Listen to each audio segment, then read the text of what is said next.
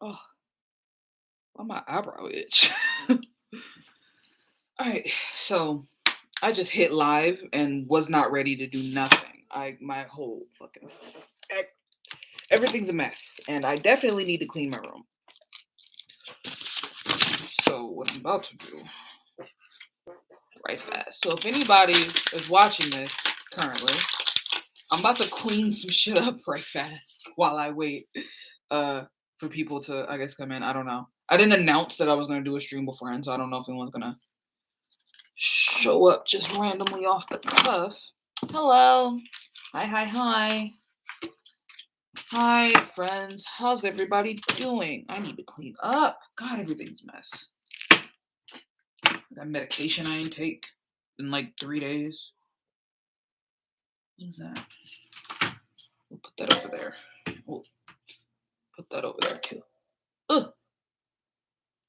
Ah! Ah! I'm not digging in my nose. My hair got stuck on my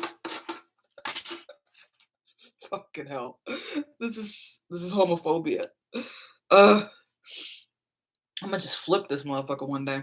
Alright, so what I'm about to do, I'm gonna turn on my other computer, as you guys can probably see, and I'm gonna watch the videos on that screen just to have two screens going. Hi, hello. I'm gonna throw this away. What up?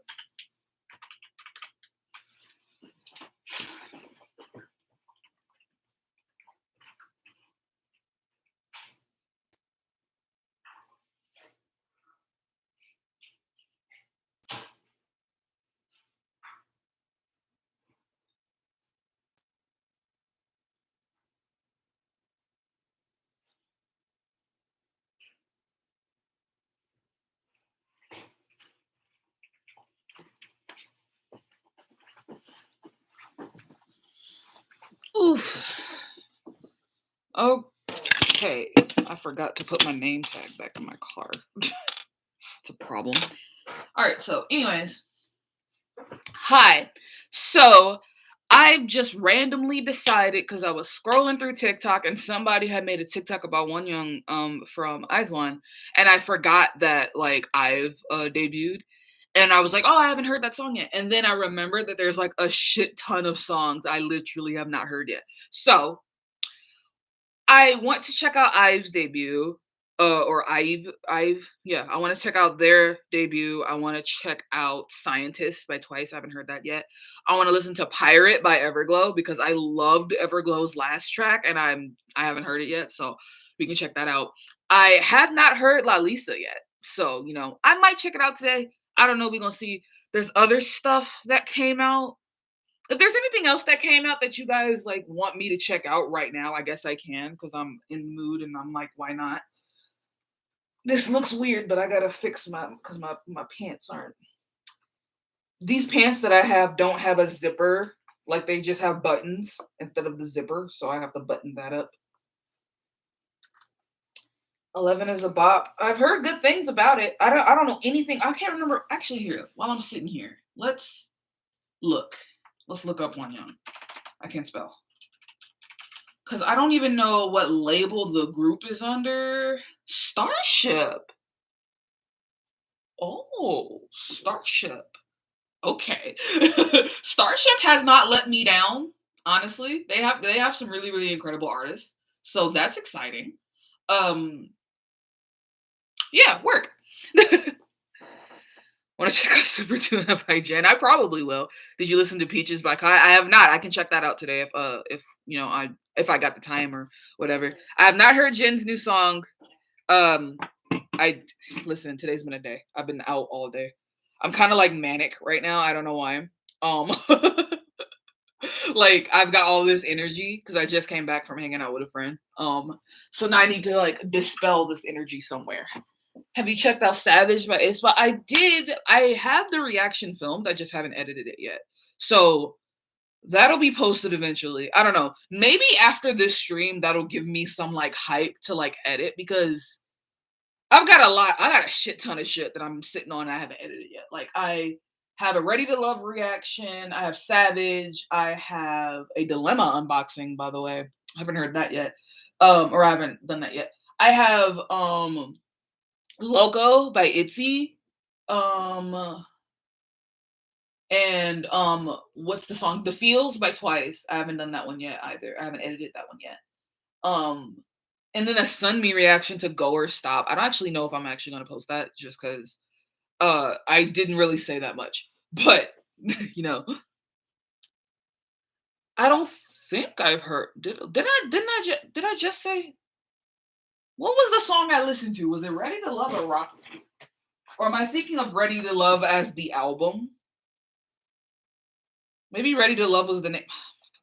Ready to Love was probably the name of the album, and I probably did listen to Rock With You.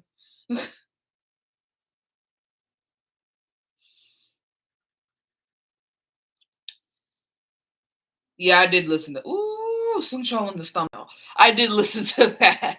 I just haven't posted it yet. I love Starship Group. Starship is in top 6 companies. Low key. Not even low key, like high key. Like I feel like in the grand scheme of things, when we talk about companies, Starship often gets left out. But like they kind of doing the damn thing. Like a lot of their groups are really doing the damn fucking thing. Like Sistar was doing it.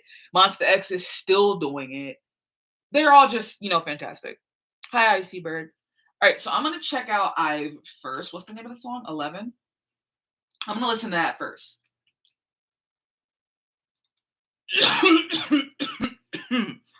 Excuse me. 17 Hours Recent Bops. Truly. Pirate by Everglow. I'm gonna check that one out after I listen to Ive. My job is to skip this ad. Per. Ooh, where are we going?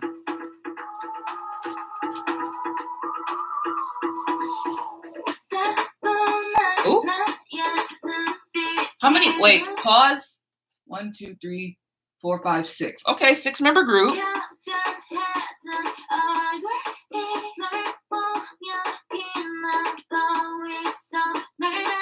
Okay, the visuals are already there. Duh, but.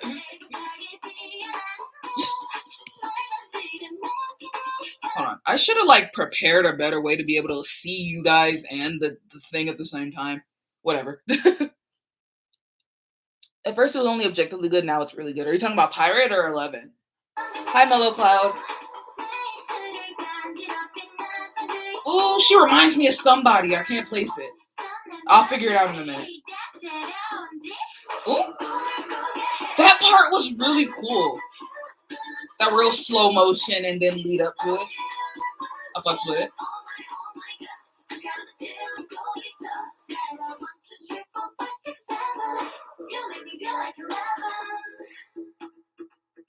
Ooh, okay, choreography.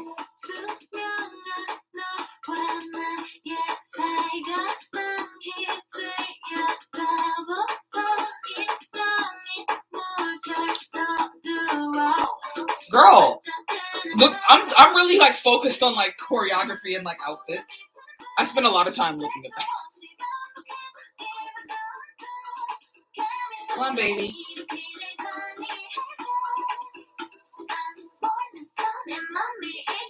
That part is so cool.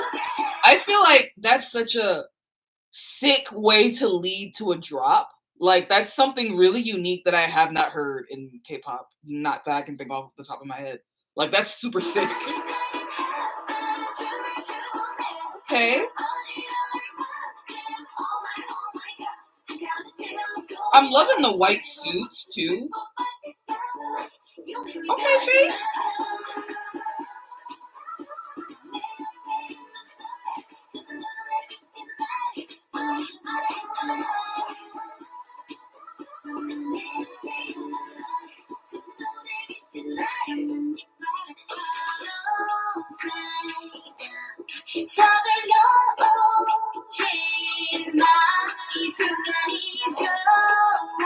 I'm sorry, I'm just silent. I'm literally just listening. I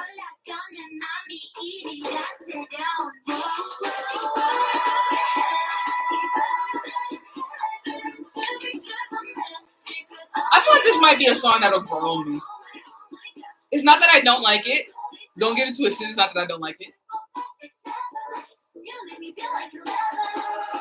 But I'm gonna tell you about it in a minute.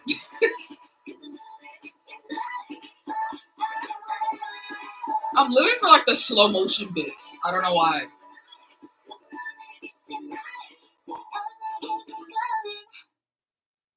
Okay, I fucks with it. I like their little logo. Um, did the T's have another comeback? I didn't know, so I'm actually I'll check in a minute. So here's 11, right? It's not that I don't like it. I'm just chilling on it right now. I mean, I honestly feel like the more I listen to it, the more I'll probably like it. Again, there are parts of it that I fucks with.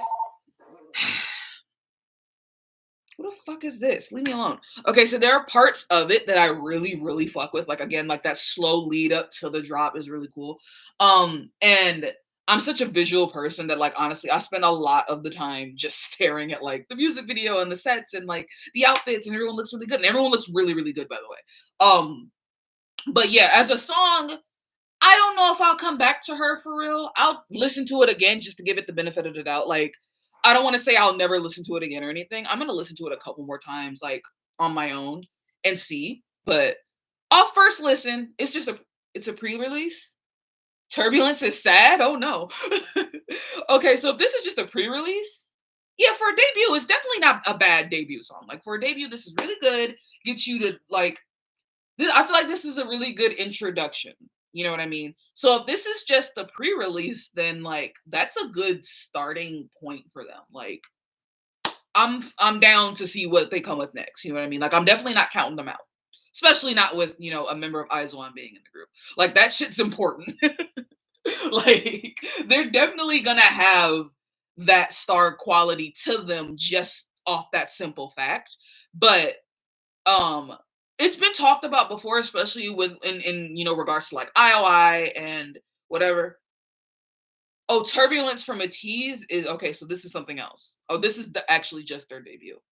Okay, got you.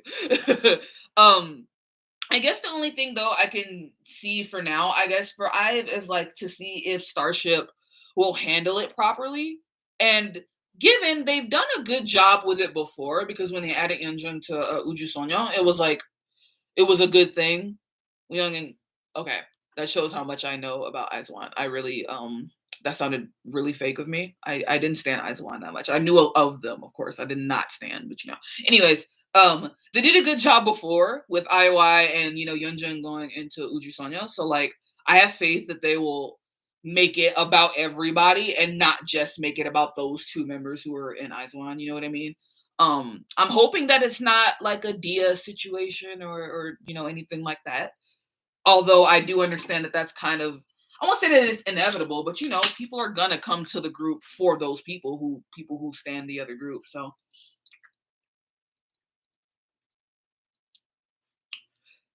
I don't know what I'm talking about.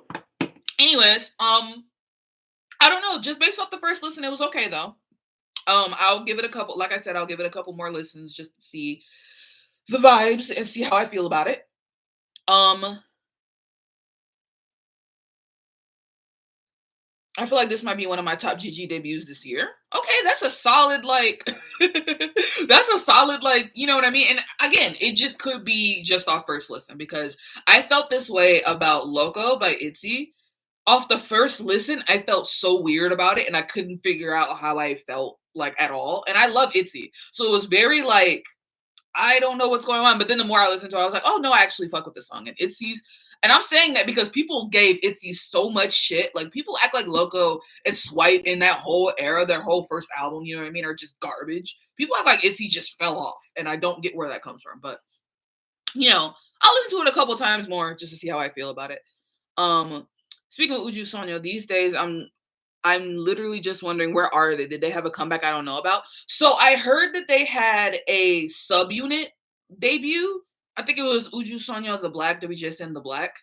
And I think that's the last thing that they've done. Honestly, if I can remember correctly, though, I think they had a subunit thing. Okay, so Unnatural was March of this year, and that was their ninth mini album. And then they had a subunit with Salah, Exibana, and Unso. Um, And then apparently they did a promotional single for Universe Music. They haven't been doing that much.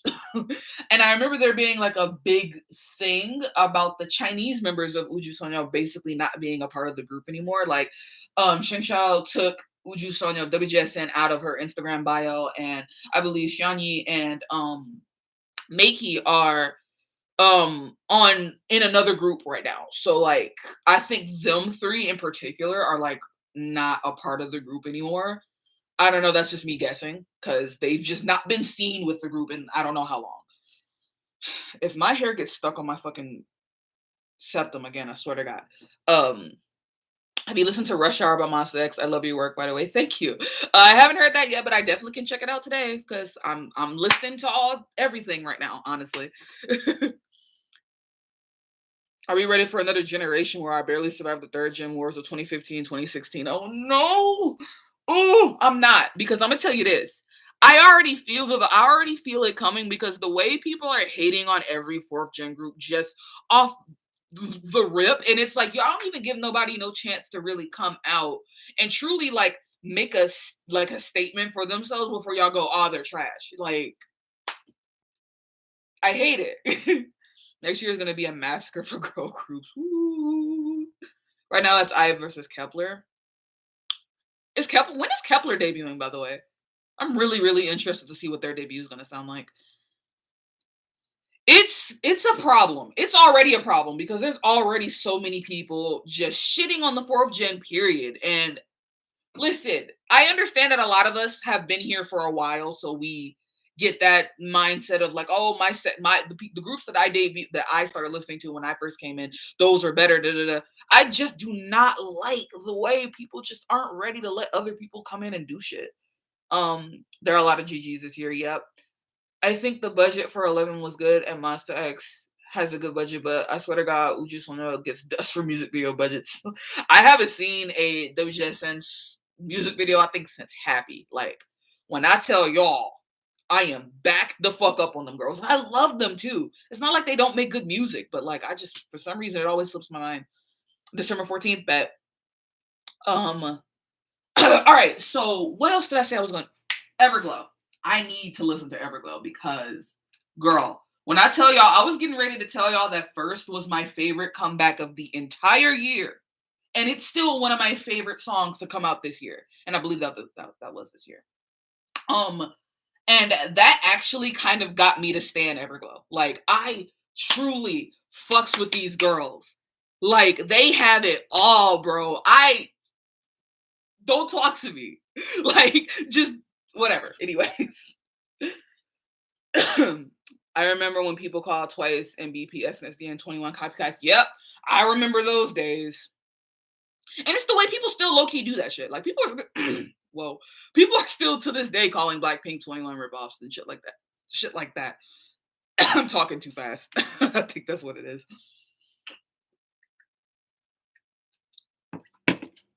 All right. Pirate. Oof. Or first an ad. Pause for a minute. Pause. Pause. First off. All right, I'm going to check out Peaches because it's right here on the side, but I will say, Twice dropped another Japanese single. Why the fuck is Twice dropping literally 5 songs a year? These motherfuckers, I don't know what's going on, man. Twice be working. Twice be working. Like, them bitches be going.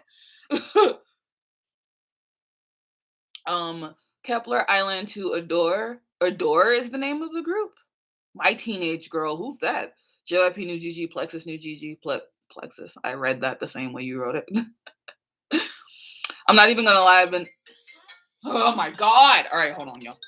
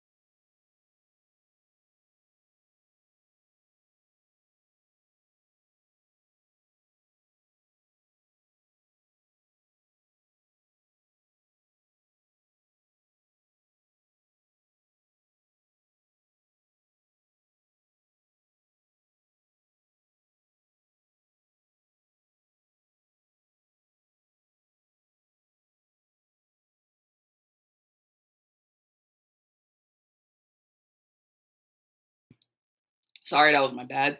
Anyways, let me just go ahead and watch this. Oh my god. Oh my god. Pause. Look at Anda back there. Look. You can't. Y'all seen the video, but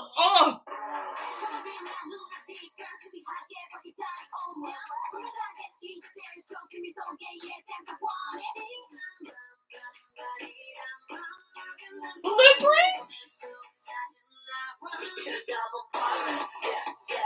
Oh. Look at Asha's fucking deep voice.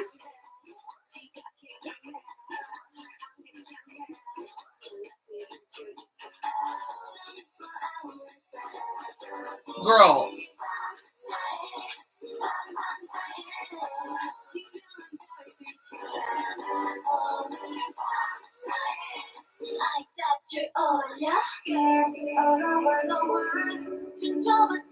Ah! Listen.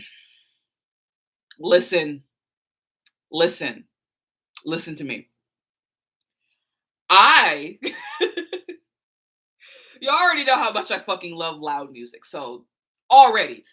But I was thinking that I was understand, but Sheehan is just incredible. When I tell you I fucking love her voice, like something about it is just so bright and refreshing. It feels like a cold drink on a summer day. Like when you come inside real quick to get something to drink before you run outside back out with your friends, and it's that real cold glass of water. I don't know.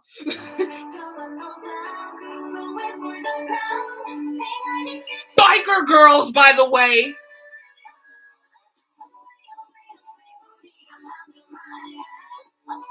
And also the outfits. This is a Vogue song like nobody's business, girl. If I knew how to Vogue, I'd be out here. This is such a... I'm reading. People are saying next year's going to be intense for GGs, but it's going to be intense for BGs too, but not as bad. We're going to talk about... I'm going to look into it in a minute.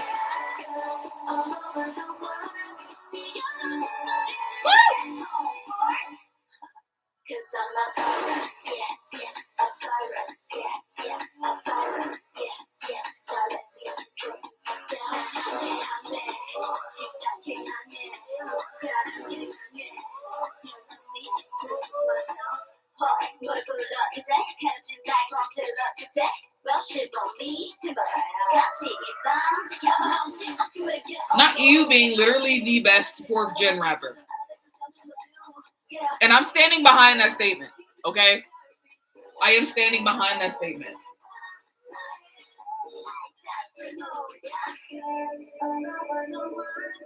And you know something else I love about Everglow? Their music videos are extravagant as fuck.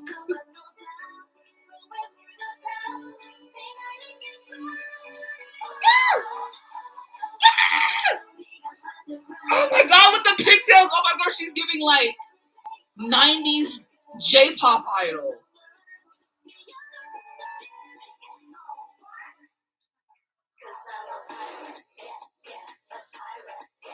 Just wait till I learn this dance. It's over for you hoes.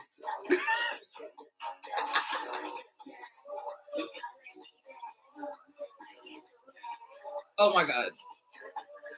I'm genuinely obsessed with Anda. Oh!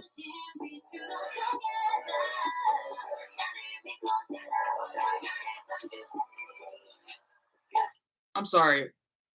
One thing about Everglow too, they gonna handle a fucking bridge, by the way.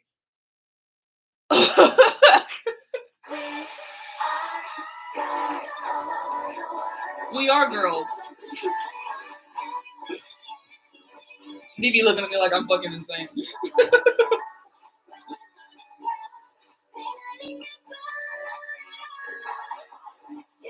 Oh my god, and the choreography and the outfits.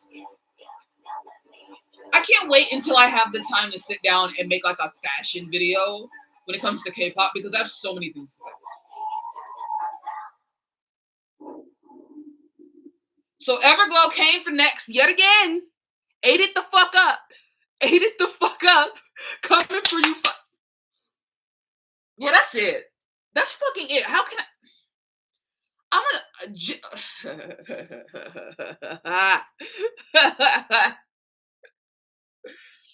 Everglow's on and off for me, but this is my favorite release from them. What are we watching? We're watching Pirate by Everglow. Listen, I feel like whatever it is that Everglow is doing, they've got it. And they need not to never stop whatever it is the fuck that they're doing because it's just always so good. Like from jump, it's just been fire for me. It just resonates. It just hits. And y'all know how much I love me some loud music. So this is just everything to me. Everglow puts in like I don't know, maybe this is over dramatic of me to say, but Everglow low-key has like almost everything that I love about music, just in general.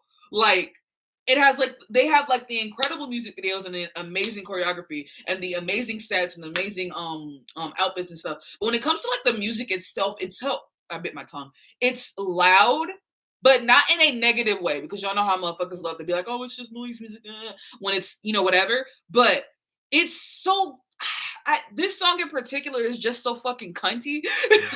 I'm telling you, it is a voguing song. If I knew how to vogue, I'd be here. Fuck. I love this song. And I had already saved it to my Everglow playlist because I knew I was gonna like it. Like, Everglow just eats, bro. Everglow.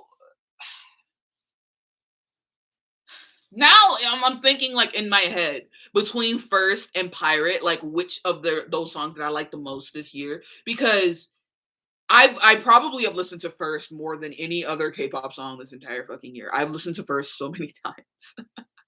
I don't know why, but sometimes it takes me a while. It takes a while for Everglow songs to grow me, but it does. I think the one that I automatically like was Bon Bon Chocolat, which is ironic because so many people seem to dislike it.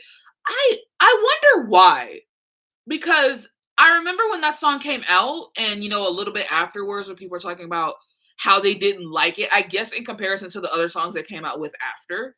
And I guess sure, if you compare Bon Bon Chocolat to like First, I mean like totally different shit. But I feel like for a debut, that was a very, very strong debut. I feel like I love all of Everglow's title tracks. The only song I might have had a slight issue with was maybe Dun Dun just because it felt like the Mia show, and I remember people talking about that, and even listening to it afterwards, it kind of felt like that. And there were little points there are parts of that song that, like, I would say, if I have all of the title tracks, I will probably skip Dun Dun. Like, I will listen to it for a little bit and then skip it. You know what I mean? Like, people are saying 2021 music sucks, but the last half of 2021 beats are almost everything from 2020. The thing is that 2021 music wise, in terms of K-pop, anyways, is not that bad. I feel like people are just more eager to fucking like nitpick. I don't know. Everybody's just in a real negative type of mindset when it comes to K-pop music. Actually, I can tell you exactly why. It's because whatever. I whatever. You got Spotify. I don't have Spotify Wrapped. I have Apple Music because I don't use Spotify. So I will tell you that my most listened to artist because of through Apple Music was Doja Cat. So I can run it through again just to see what my other shits were. Did you listen to Hula Hoop by Loona yet? I haven't yet.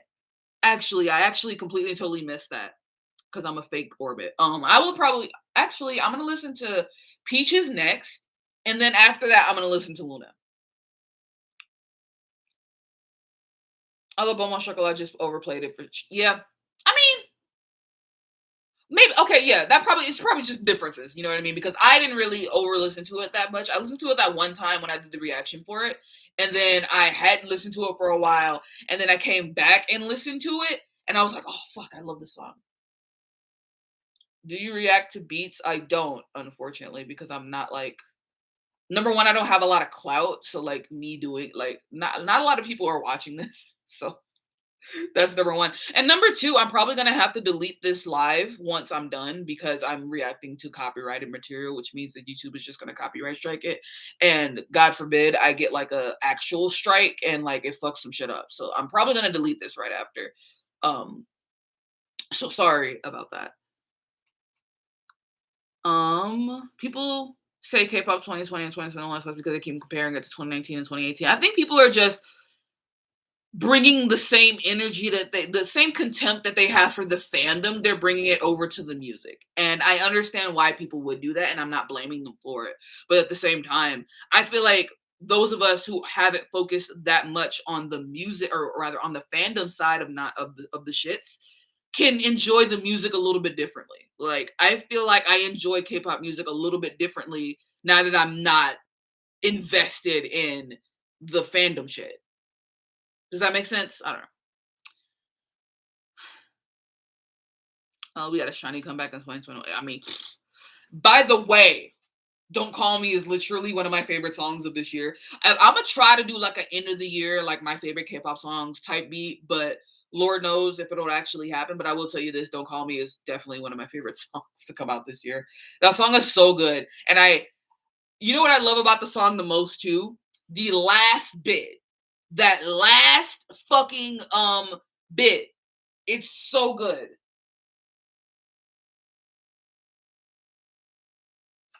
Oh, Corey Kenshin just uploaded a video. Nice. I'm gonna watch that later. Okay.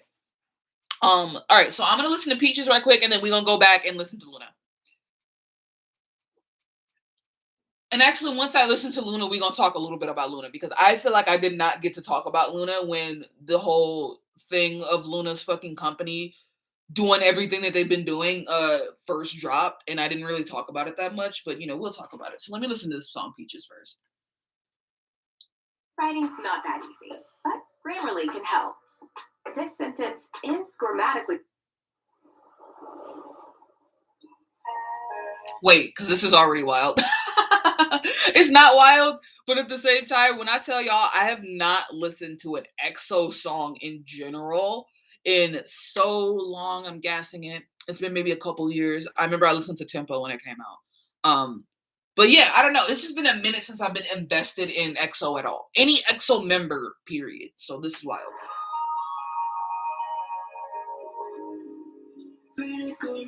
Ooh. I always live for like a male soloist with like female backup dancers.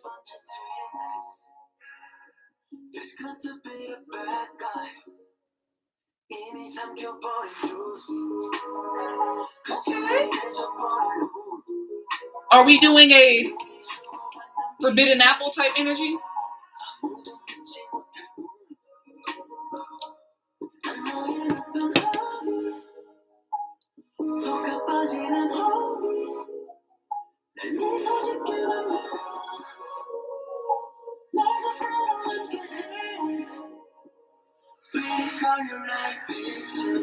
Ooh. This is giving me Vic's Shangri-La energy.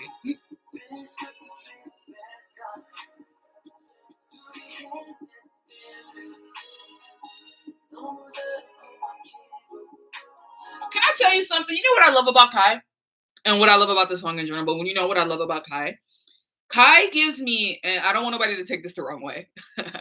Kai gives me Taemin energy in the same sense that, like, for me, what's one of the best things about Taemin and Taemin's songs and his choreography and everything is the way that he meshes like gender, the way he plays with gender and stuff like that in his videos and in his music and everything like that. Like, I just love that for him. And I love that for Kai as well because it fits him. Like, the fact that he's one, he'll be wearing like crop tops and like whatever. I don't know. Something about it just feels right for him. That's what I'm trying to say. Didn't you hear any of the comeback for last and this year? I don't think so. I'm trying to think. I don't remember what EXO came out with like last. I don't know. I heard just off of like TikTok because people were talking about it. I didn't hear any of Baekhyun's solo shit. I haven't heard any of Dio's solo shit. I haven't heard Suho's solo track. The last EXO song I remember hearing was Tempo. And I love Tempo. Tempo is one of my favorite songs. I really fuck with that song.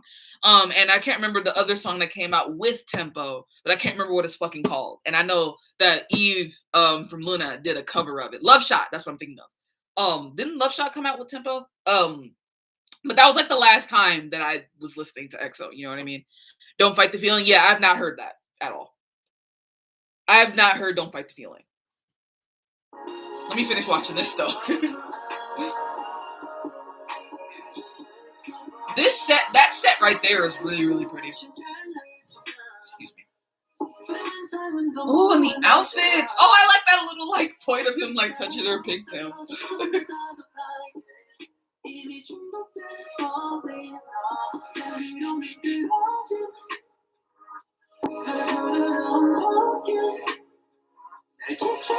The song feels floaty.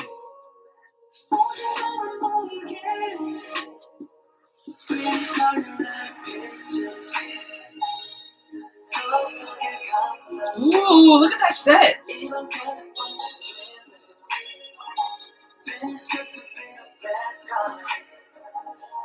I don't know what that line has to do with the rest of the song. Like, the song feels all nice and whatever, and then feels good to be the bad guy. Is there some subliminal shit you telling me, Kai? Because I don't know where that comes from.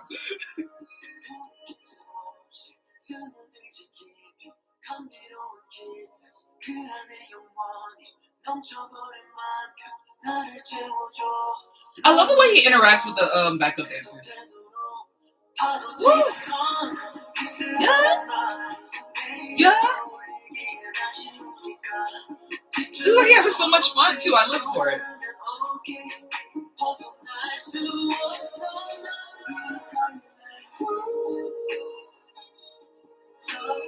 Ooh, this is gonna be one of them songs that's gonna get like slither its way into my head, and I'm gonna be singing it at work and not realize and be like, "What the fuck?"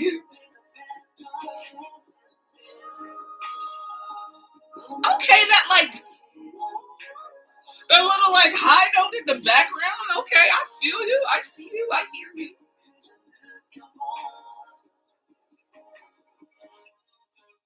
Ooh. And look at the end pose. Go ahead. Go ahead, Kai. I live for that.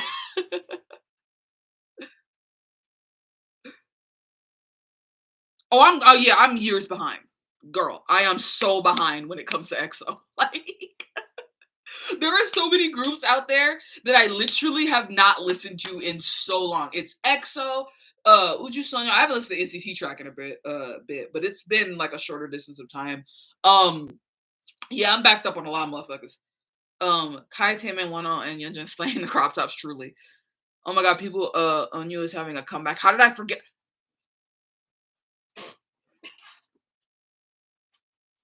Nobody was gonna tell me that. Bitch, all my friends is fake as fuck. If this man's having to come back and nobody told me.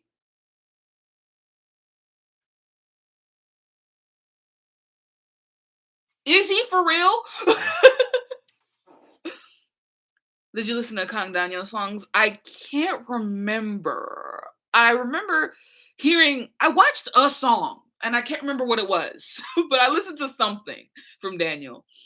Feels good to be the bad guy. Sounds like someone forgot to delete it from the drafts before he started recording. It sounds like a filler line. Like they were gonna just say something, but they couldn't figure out what to put there, so they just kind of put that part in there. This MV was pretty to watch too. Yeah, absolutely. It's super gorgeous. That's why it's giving me like Shangri-La. 101 is coming to Mama. No way. Also, thank you, Anaya. This took me a while, and it's tangled all the time, but it's still pretty, so you know what? Fuck with it. I also monthly, but have you heard Wonho's Blue? I have not. I have not listened to that either. I'm telling y'all, I am so far behind. Oh, there we go. Ouch. If stuff doesn't stop getting... Okay, hold on. This is what I'm going to do right here. Okay. I'm putting it away because I'm so sick of my hair getting stuck on my fucking septum. So I'm just going to flip it for right now. Ugh, I look weird without it though. Wait. I get it back, guys. I look weird without my septum, so fuck it. I guess I'm just gonna have to deal with it. I think I'll listen to Paranoia by Daniel. I think I might have listened to that song. I can't remember. I'll look it up because I'm sure once I see the thumbnail, I'll remember what it was. But I listened to some song that he came out with, I think, this year. I don't know, it's been a long year. Your excitement is so cute, thanks.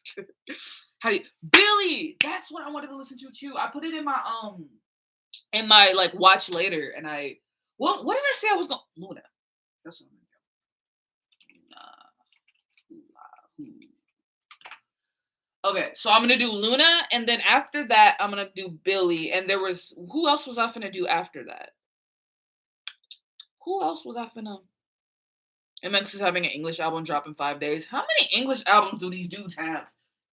I'm not saying that as a drag. I'm genuinely asking. I feel like Monsta X has been coming out with English music, like full English albums for like a minute. My foot hurts. The first. Aw, I forgot Shonu's enlisted. I sad. What was I gonna listen to after? I said, okay, so I'm gonna do Hula Hoop, and then after that, I'm gonna do Billlie. But I said I was gonna do something else, and I can't remember what it was. If only IOI could perform again, but then on the other hand, I don't think the members would want to perform a cute song now. The thing is that all of the members are in such different places. Like, I feel like them doing normal, normal, normal. Like, all of IOI's songs, and this is what sucks about IOI because they had to be like the guinea pigs essentially to like do that thing first. They don't have a lot of range, unfortunately. Or rather, they didn't get to explore a lot of range when they were a group. Like, you have Dream Girls and you have What a Man, and then you have like Normal, Normal, Normal. And that's not a lot for them to do. Like, What a Man is a cool song, but like, it's not giving. It's not giving what it should give. And Dreamgirls was okay for the time being, but coming back to it, I can't really listen to Dreamgirl like that, honestly. I love IOI, don't get it twisted. I love Normal, Normal, Normal. That's like a banger. But you know what I mean? Like, I just wish they got a chance to do to explore more genres. I don't know. I just got back into Vix and I forgot how much I love Vix. Man, I miss Vix so fucking much, dog. Them talk about some motherfuckers who ain't never missed. Never missed. Vix never missed. And you want to talk about concepts. Them motherfuckers got a music video that's so wild that I literally can't watch it. I can't watch Voodoo Doll. It's too much. It's just too much for me. I'm really I'm squeamish, so like I can't deal. Let me watch Hula Hoop, and then after that I'm gonna do Billlie, and then after that you guys tell me what you want me to watch. Who are you? I'm not watching this movie. God. All right. I shouldn't look at the comments. I forget. The comments be spoiling shit.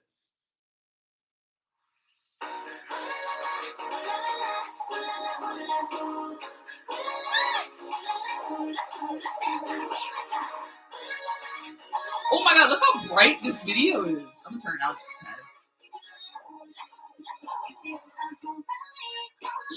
Oh, that's like the Vivid outfit.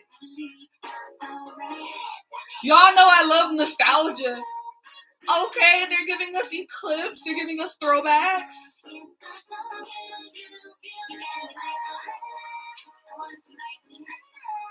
When I tell you I'm so happy to Hustle, I'm just so happy to see Hustle back. Like, I'm sorry, I just. Go on with lines? Wow, that's crazy. I love the moon with the cat tail.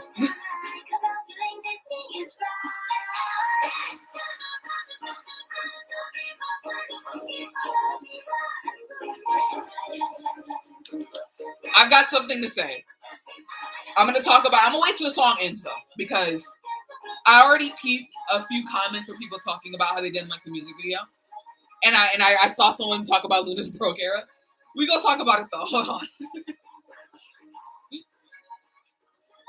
This is such a cute song though. This is a great Japanese debut for them. I don't know how this song is doing in Japan, but I don't know. I feel like they would love this.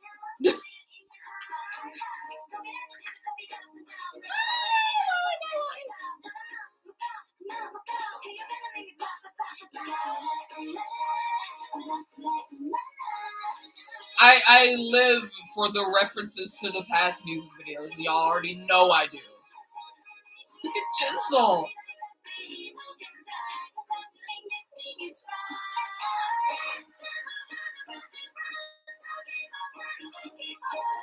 Yeah, this is gonna be another one of them songs that's gonna get stuck in my head, and I'm not gonna realize it. You know what I mean?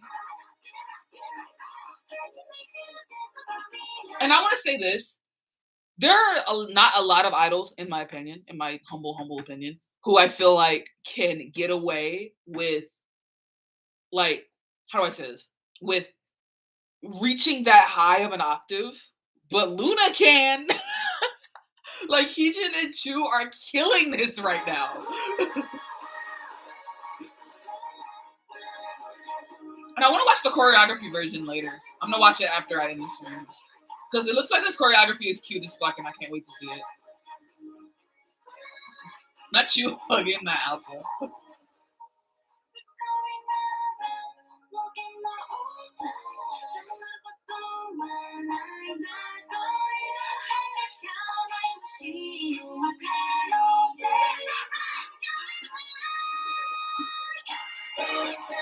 I love a Chu high note. This video is cute as shit.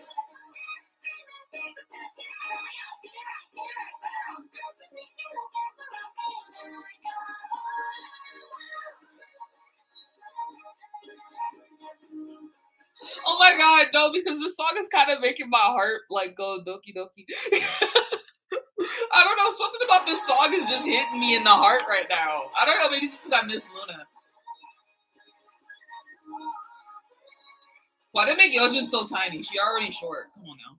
Y'all can't do her like that. Don't do my girl like that. Come on. Alright, so now that the song is over, listen, I'm going to tell you this. I can understand why people would make jokes, I guess, about the music video being so low, not low quality, but, you know, in comparison to what we've had before. This is definitely a step down. I will tell you this. It fits. And this is something that I don't mind. Like, I know there are a lot of things when, like, they're not how am I trying to say this? What I'm trying to say.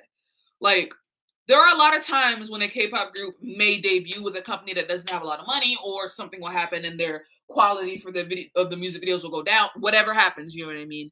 And what's important to me is that if that quality goes down, they're still managing to keep the essence of that group. And yeah, the quality definitely, sure, I guess went down, but it still kept the essence of Loona, because the simple fact that it was kind of like a constant moving thing, I guess you could, and maybe this is me reaching, but hula hoop, Mobius strip, constantly moving thing, you know, Mobius strip, and then also the references to the past music videos and stuff. And I don't know, this still feels like Loona. Like, even though it was low budget and it's not anything in comparison, that's, I guess, to like some of the other videos that they have done, it still feels like Loona, so I'm not mad. Like, I'm not mad at all. I fucks with it heavy. I fucks with it literally. Oh my god. Oh my god. Oh my god. So I don't know. I guess it's because it's nostalgia, and you know, listen, pre-debut era Loona was fantastic, and I love it. However, I love this song. Fuck you. Let me scroll back up right quick and look at what y'all was talking about while I was watching it. Funny story, so random, but like I sent my friend a video of Skiz's Aussie line being Aussie because we're from there. She's gonna stay there. Honestly, this was great. We had a shiny comeback in solos, and 2PM comeback went more than that. Yeah, this year was actually really good. And I forgot 2PM had a comeback this year, and I fucks with it. Like, I really like that song. Hula Hoops Envy is cute. Yeah.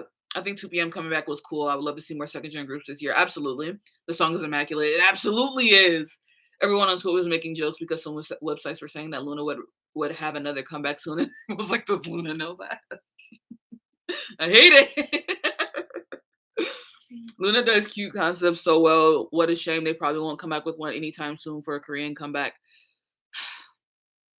Honestly, because hear me out. The thing is that Loona is extremely versatile.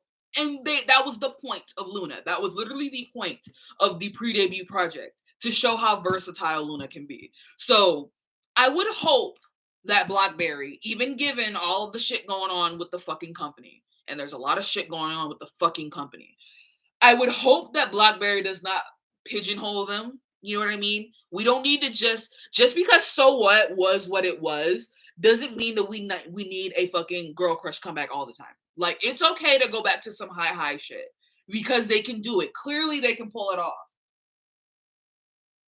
Sorry, I had a notification I was looking at. But clearly, they can fucking pull it off.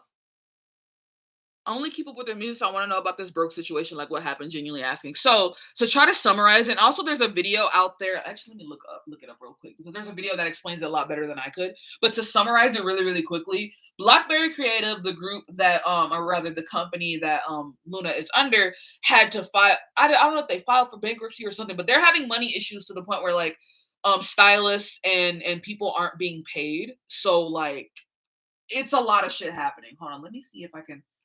I know the channel. It was by the channel. It was by the channel Loona Vlog.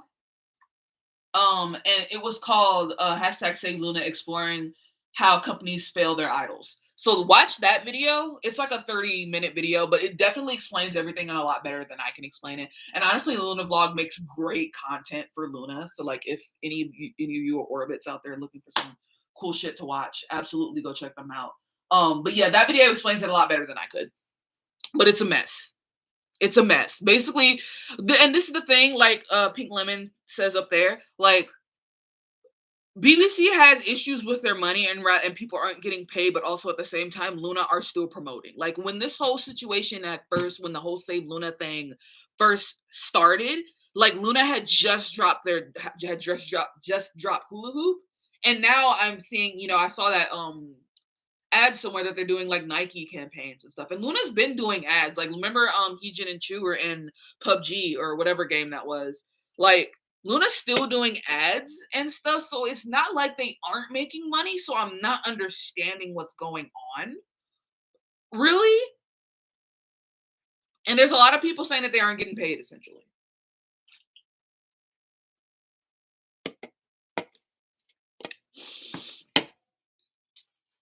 I love Loona, but I can't stand bigger groups after the trauma that was trying to stay in NCT in the summer 2019. I don't blame you. I don't fucking blame you, bro.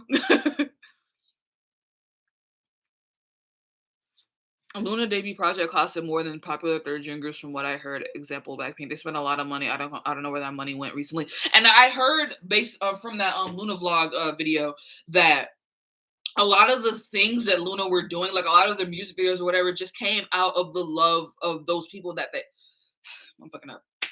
So, for example, you guys know that Digipetty mainly does Loona music videos, and I heard basically that the reason why Digipetty was still doing their music videos, even though they weren't getting paid, was just simply because Digipetty liked working with Loona. And I heard something a lot about a choreographer who did the choreography for a song. I can't remember what song it is, but she didn't get paid either, and she's like a really highly respected choreographer, and it sucks because she'll probably never work with BBC ever again, never get to work with Loona again. But she did that out of the kindness of her heart because Loona they're all just really, really positive, and it like people love working with them because they're so sweet, which is nice, I guess, on their front. But it sucks because the company themselves are like fucking them over. So it sucks because chances are those people, that choreographer, maybe Digipetty, I don't know. All of these people who are having positive experiences with Loona, the group, probably won't be able to work with BBC anymore, which hurts Loona. So it's a mess. It's just a fucking mess.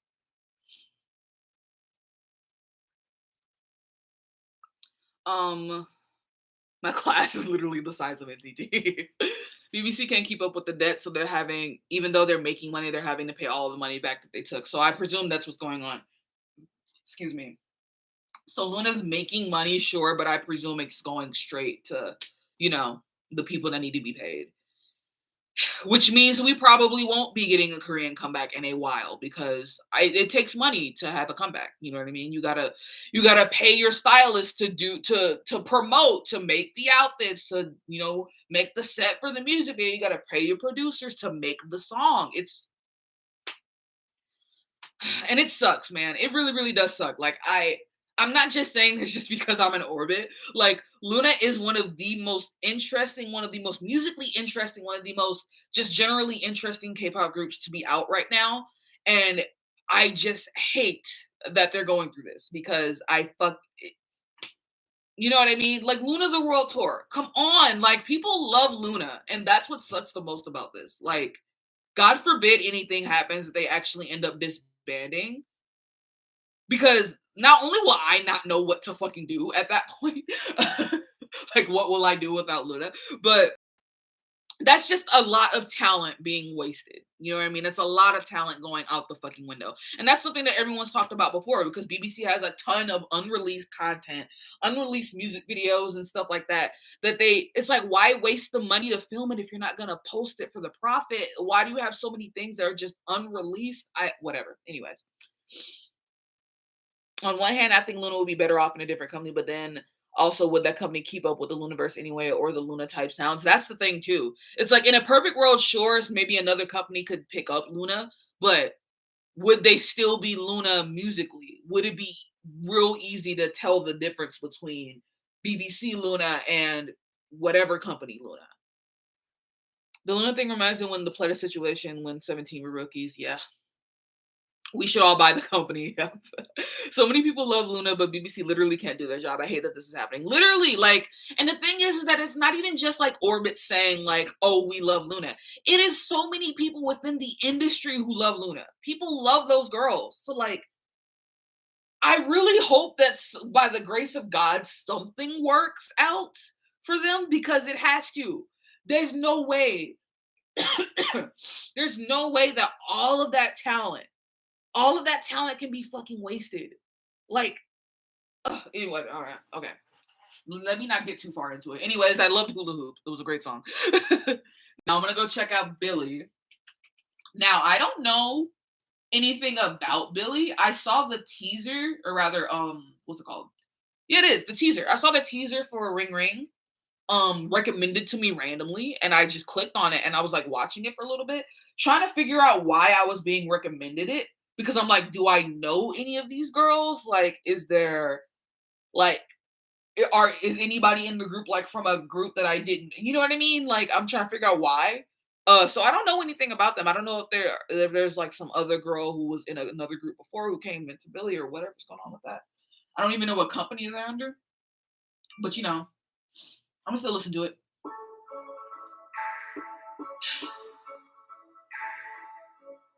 All right, I'm gonna pause for a minute. Orbis promote Loona better than BBC. No, truly. If you really want to deep it, almost all of Loona's promo has been done by Orbits for real. Like a lot of it, like the whole Cherry and Jeffree Star thing, people making jokes about Grimes and go on, like all of the promo and most of the reason why the general public knows about Loona is probably because of Orbits. It's not ever been because of BBC. Unless you watch Girls Planet 999, you won't know anyone. Yeah, I didn't watch that, so I guess I don't know anyone. There's been activities the Loona members have been doing, but I never hear from the company. I always get it through the Orbits. Yeah. Isn't a member of Billlie the sister of Moondance from Astro? Here's what I'm gonna do right quick. Let me find K profiles. Let's see. Formerly known as Mystic Rookies. Okay, so I guess they're under Mystic Story, which is a subsidiary of SM Entertainment. Okay, work. Moonsua. I guess, she's the younger sister of Moonbin. Sick. She was on Pretty Rap Star 2. I'm trying to remember because I did watch that. I can't remember her face. Whatever. She was a member of Future 21 under YG, but debut plans were canceled. Huh. Interesting. She was a YG trainee for 10 years. Damn. She was out here. Suyeon. She was in Mix 9. She was in 18. Okay. She was in season 1 of Produce. Okay, so these girls been working.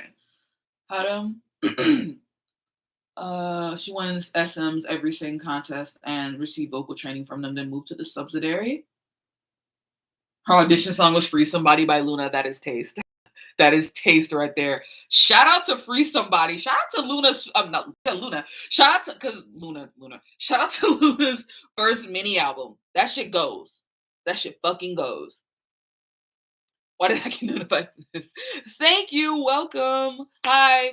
So I would tell you really quick what you missed. I listened to Pirate by Everglow. I listened to Peaches by Kai, and I listened to another song.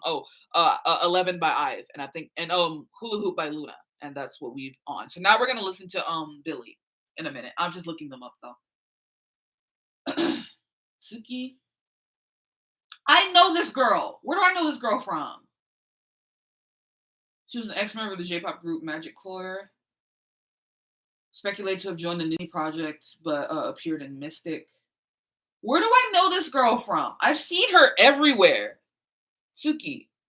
I've seen her everywhere. Like, I remember seeing constant clips and pictures and videos of her, like, of edits of her on Twitter. Like, people were obsessed with her. Shun. Oh, she was on GP 999. Placed 10th in the final episode. Okay.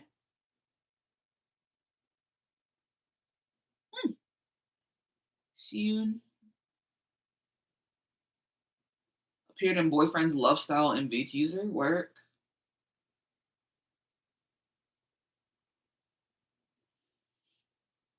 Haruna. Another Japanese member. Lovely. Okay. Cool. All right, work. Suki went viral pre-debut because of her visuals. Okay, that's probably what that was then. I imagine tomorrow we get news of Hybe buying Loona. I should transfer them to Hybe. I would fucking cry. Suyeon would have made it into GP 999 10th place, but since she didn't, a few weeks later, Billlie debuted and she was announced as a member of the group. She's not on any of the release stuff. Oh, so she was added like afterwards. Interesting.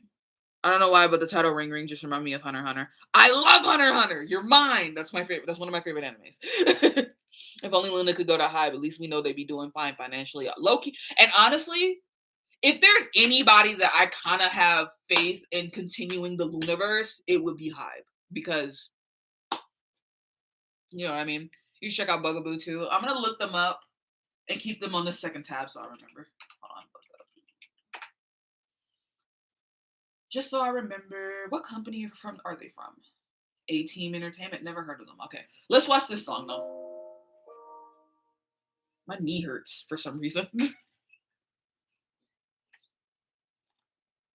Sia is in the live version, but now people complain that she is taking up most of the lines in the live version. Oh, God. Goodness.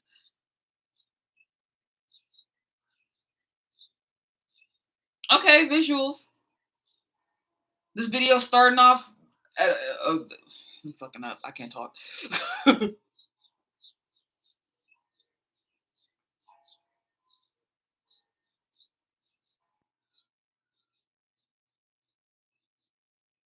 Ooh, what kind of concept are we getting?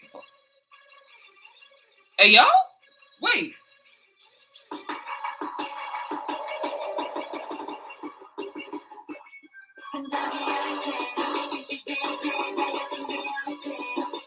Pause! That don't match nothing.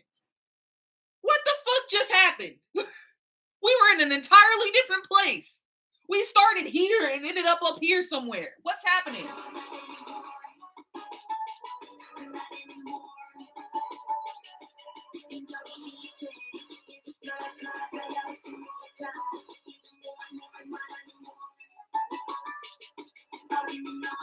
Okay, they're giving face. I will tell you that. The performance is there.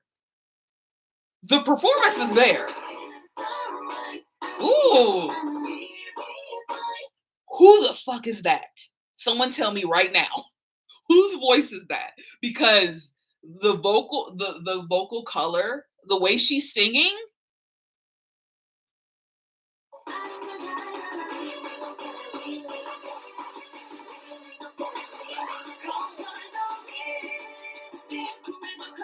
What the fuck? Wait. I'm trying to catch it. It feels like it's right here and I'm trying to grab it. Her voice is so pretty.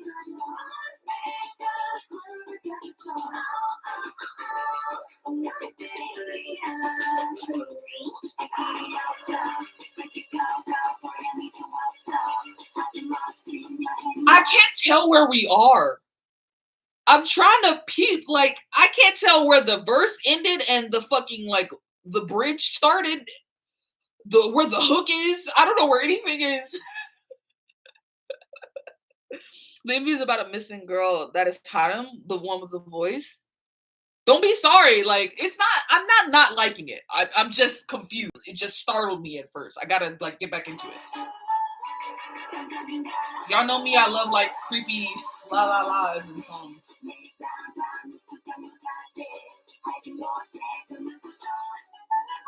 Who's the girl with the Hime cut? I live. Her voice is just so fucking pretty. It's so rich and warm and just it fills the room. I feel like her voice feels like Christmas with like a big family and everything's nice.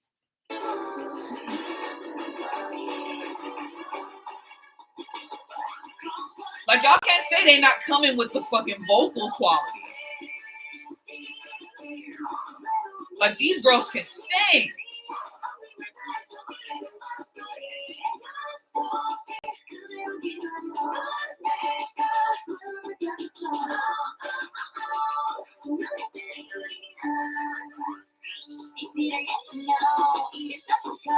Hey?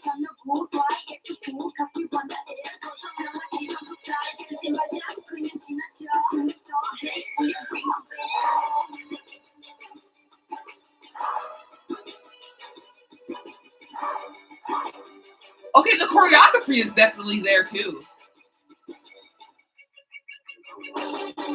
Ooh.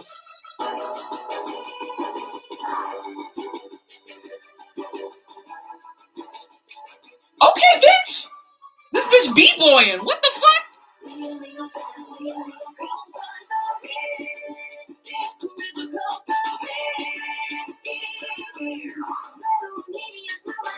She looks familiar.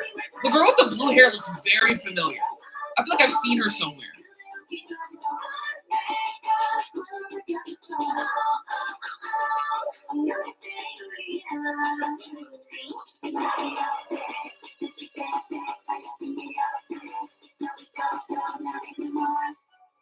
Okay, like it's there. Like, oh my god. There's so much happening. And I love it though. I love it. I don't not like it. I love it. Why is she standing there like that?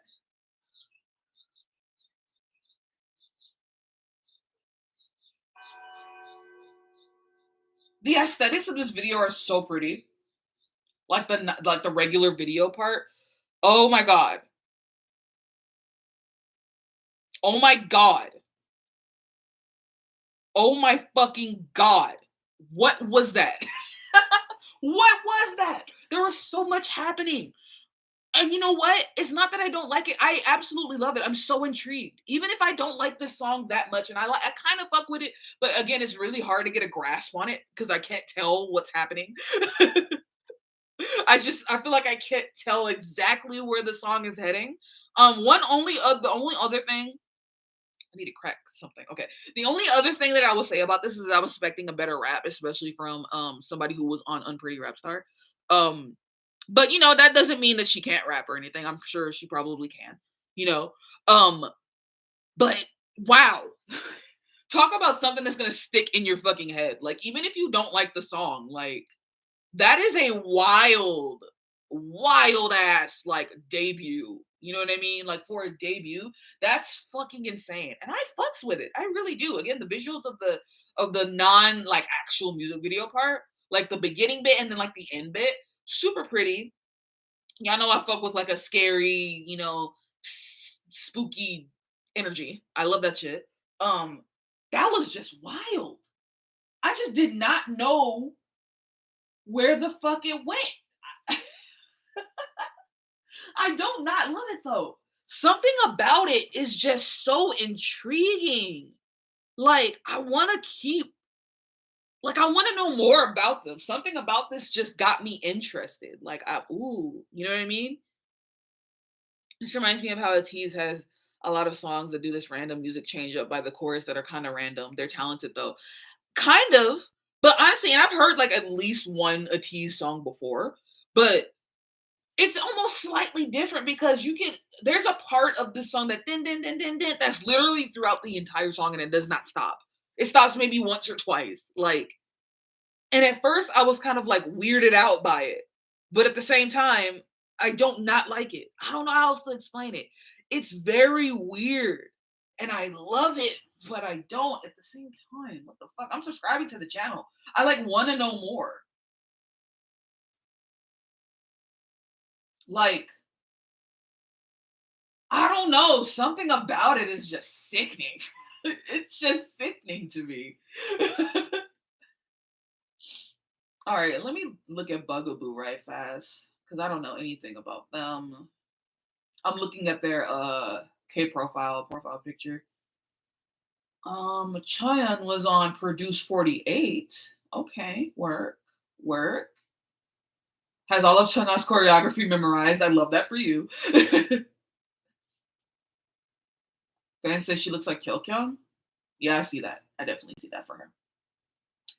Unche. Also on Produce 48. Okay, work. Most her dance the most I can't fucking talk. She auditioned with Aang. Oh, I love that. It's one of my favorite Orange Caramel songs. Oh, who the fuck is this bitch? She's fucking gorgeous. Her favorite song is "Look What You Made Me Do" by Taylor Swift. That's funny. Um, she is beautiful. Like, I like that her stage name, the way it's written in Hangul, is Yuna, like Yuna. And I understand that that's like how her Japanese name is written, literally Yuna, but it's just Yuna. We can just say Yuna. Like, I don't know, but she's fucking gorgeous. She's really, really pretty. Rainy, she's Chinese, Taiwanese. Her nickname is Rainism. I love that for her. Cyan, Xian, she likes Disney. Lived abroad as a child. Love that for her. Jian, she likes Boss Baby. Fucking hate that show. I do not like Boss Baby. All right, anyways.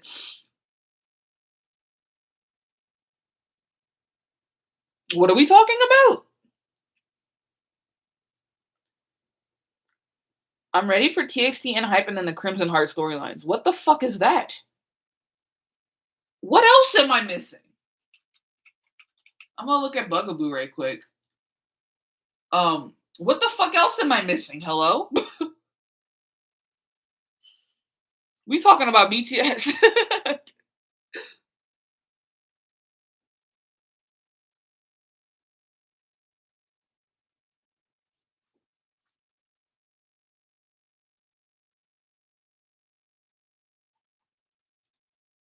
I'm trying to. Never mind. I don't know what Crimson Heart. I'm just gonna look it up. Not Genshin. I haven't played Genshin in so long. Oh, Hype New Girl Group. Okay, got it. Got it. Got it. I understand.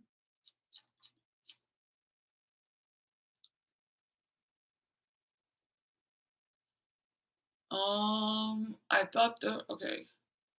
Apparently, Hive had some sort of briefing on November 4th and talked about the new girl group. This new girl group will have a storyline. Below is the storyline and the reason behind the hashtag. Crimson Heart is a coming of age story set in the city of Refugia, a controlled city cut off from the magical land of Unknown, a magical land filled with blue flames. The story unfolds when the girls one day find a mysterious ancient book and a red necklace in the library. They go on an adventure to a strange world in search of the island of Blue Fireflies. Previously, Hive also registered the copyright for Crimson Heart. Damn! What the fuck?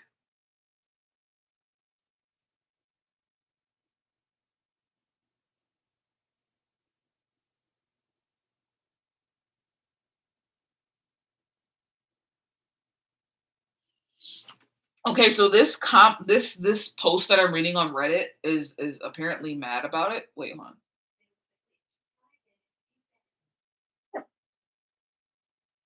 Shout out to my Google just talking by itself. I don't know if y'all heard that. That scared the shit out of me. Go get it, BB. Hive criticized for uncanny similarities to G Friend's Tale of Glass V to new girl group's Crimson Heart storyline. Oh, understandable. Okay, so I didn't know a lot about G Friend's like storyline. So yeah, I've been gone. When I tell y'all, this is all new energy to me. This is all new. I know nothing about any of this. Um,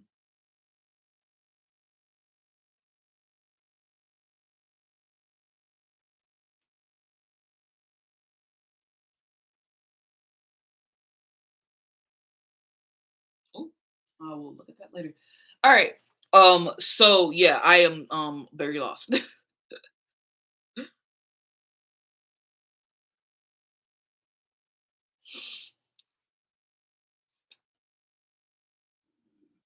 Excuse me. Mimi, did you find it? Yeah? Okay. All right, anyways, I'm gonna listen to Bugaboo now. Oh, I'm gonna listen to Chung Ha's new song. I haven't heard it yet. I'm watching Chung Ha after this. Sometimes family. Leave me alone, please. All right, let's see. What are we coming with? Ooh, a horse.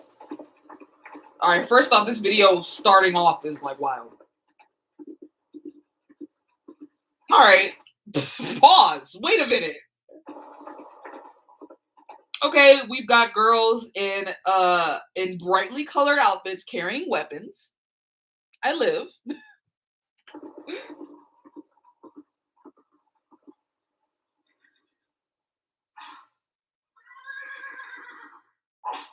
Whoa. What? What?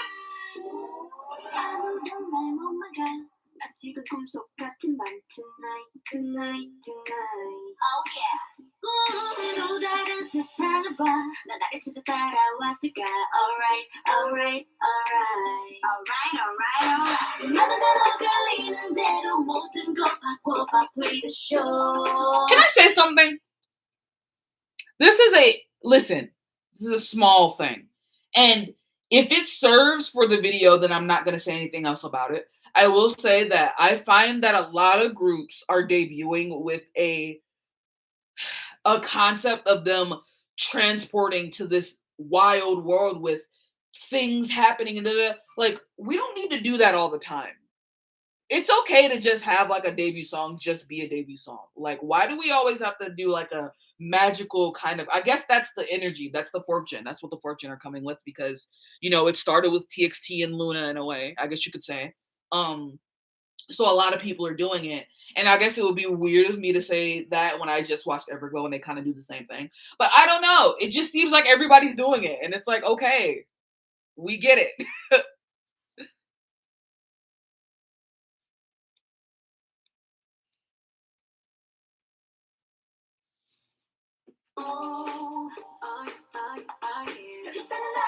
But then again, I guess that's a way to have the video be interesting.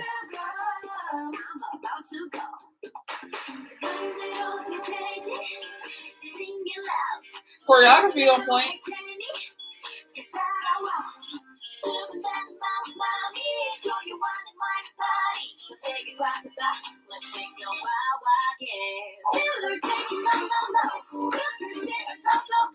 I'm living for that like saxophone. I don't like that outfit though.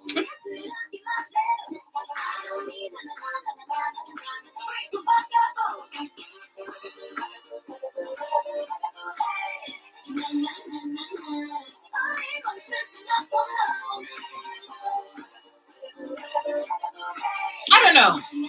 And I like this song. This song is good. It's sounding good anyway. I'm just maybe it's just because I'm watching a lot of music videos in succession, so I'm starting to see it a little bit more. A lot of these music videos are starting to like blend together. It's almost always the same shit. I don't know. it's always like, okay, group is in a weird area where weird things are happening, and then as the song leads up to the hook or the drop or whatever, something happens and it transports them to a different part of the world, and everything's bright and weird and whatever, and people are running and all happy and all things are, you know what I mean? Whatever. Anyway.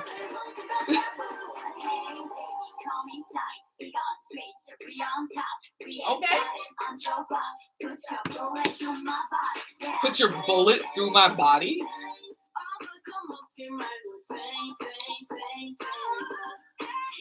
What are we doing?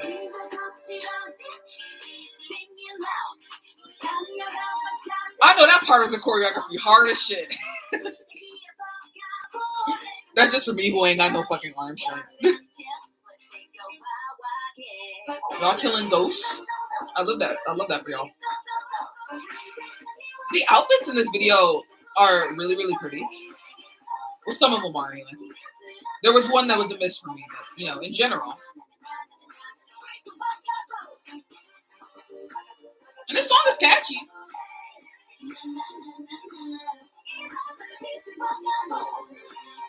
Let me read what y'all saying. Because storylines are now actually profitable after how far BTS was able to take it. Companies are now investing in the writers. Sure, but you know what I mean? Like, people got to do something different at the same time.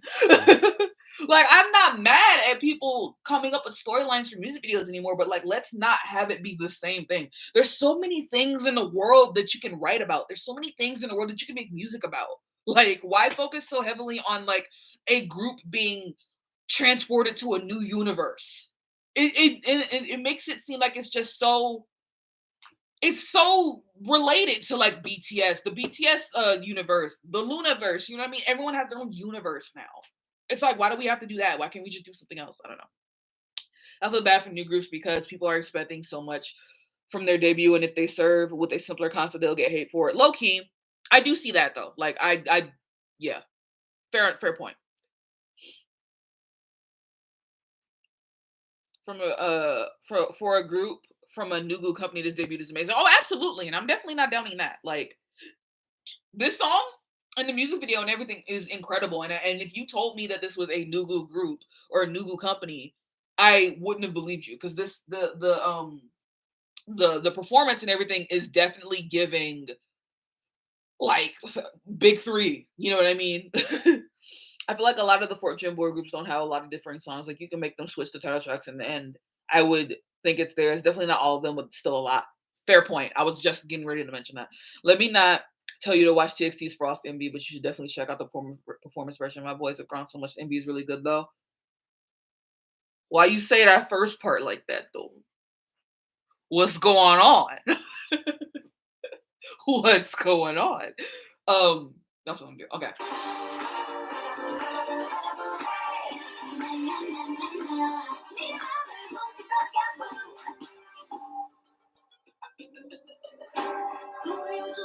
Oh.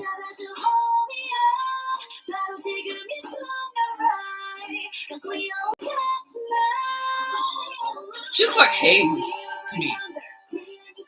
Okay, the saxophone in the background.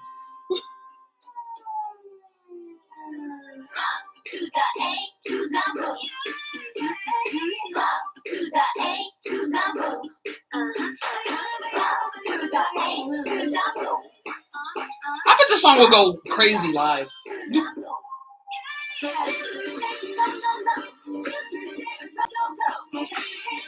Ghostbusters. Ah! Somebody said that. I understand. Somebody said that this was like Ghostbusters. Is that what the music video is giving? It's Ghostbusters? No, it's giving Luigi's Mansion. Bugaboo's Mansion.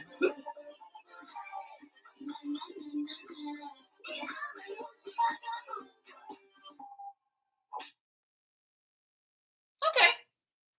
That was cute. I love their logo too, by the way. That was cute. I like their last song / MV, but this Frustration comes from their recent drama. What are you talking about?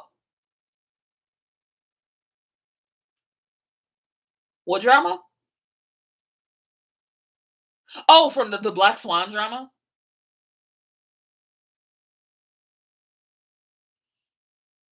You said you didn't like different universes. It's not that I don't like different universes. I'm saying if you're gonna do it, at least have it be different. I don't like that everyone's doing the same universe. Maybe I worded it weird.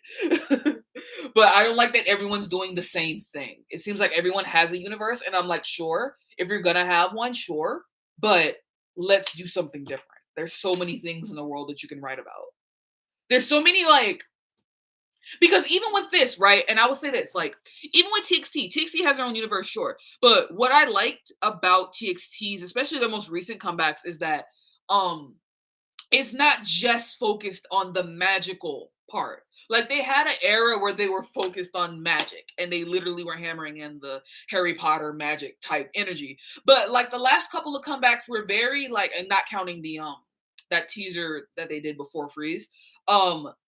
The last couple of comebacks were very coming of age, just like a group of boys trying to find themselves type shit. And I love that. I love that. That's interesting and that's cool. Like we can do that still. We can do that. Like, and that, and I feel like that fits fourth gen in particular a lot better because a lot of fourth gen groups are younger. And I would love for them to have more coming of age type music videos, I guess. I don't know. I don't know. I could just be talking shit though. So what did you miss? Not much. We just been watching music videos. So we watched Pirate by Everglow. We watched Peaches by Kai. We watched Ives 11. We watched who did we just watch before this? We just got done watching Bugaboo. Who did we just watch? Billlie, and we watched Billlie Ring Ring. Who else did I miss? And we're getting ready to watch Chungha's new song. It came out 5 days ago. I'm gonna listen to that.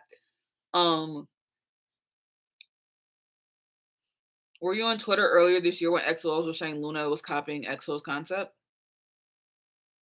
No, I wasn't. I missed that. I think that their comebacks have MVs that set aside songs for storylines and songs for actual MVs. TXT. Are we talking about TXT?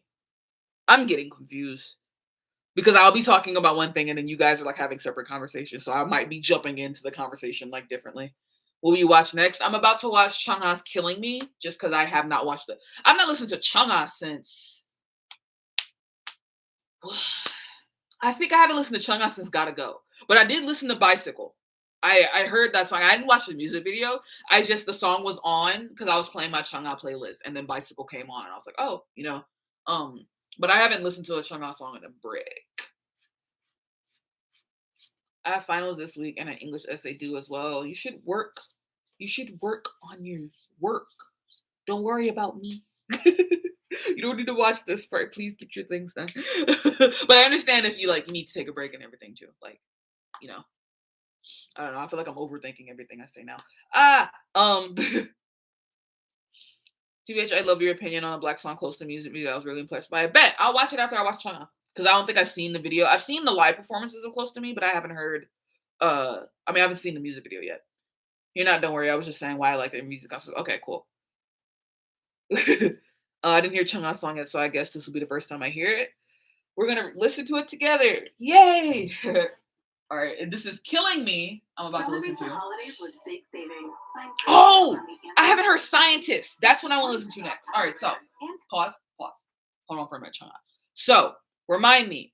After Chungha, we're gonna do Black Swan Close to Me, and then after that, we're gonna do Scientist by Twice because I haven't heard it yet. I did see that Formula of Love was in Target. I went to Target yesterday and I saw it in the store.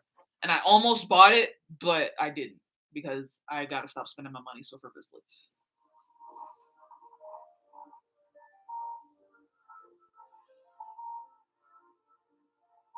The aesthetics.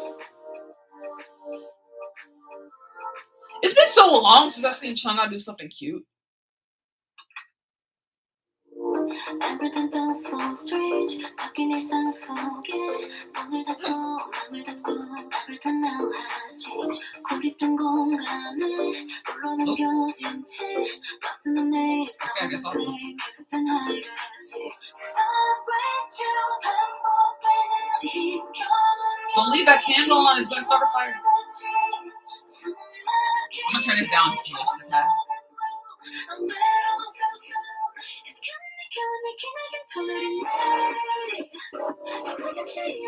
Oh, this is giving H&M.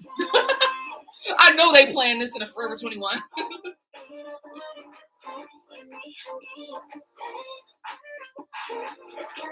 Okay, acting. This is giving, I don't know if you guys know the game Boogeyman.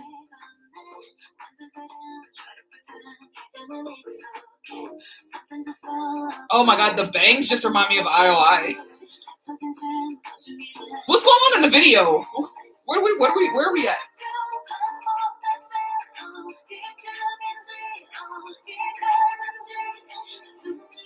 What are we doing? She literally looks scary. Why are we? This is November. This is literally a horror concept.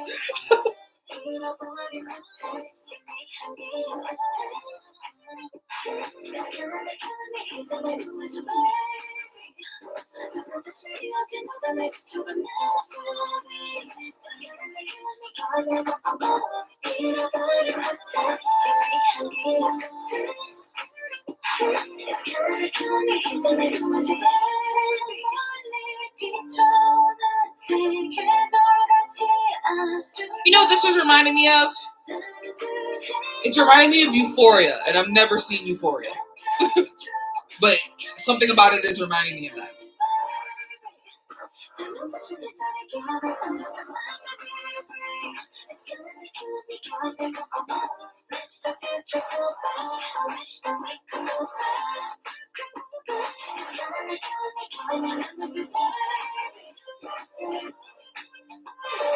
Oh, she looks pretty with that hair like that.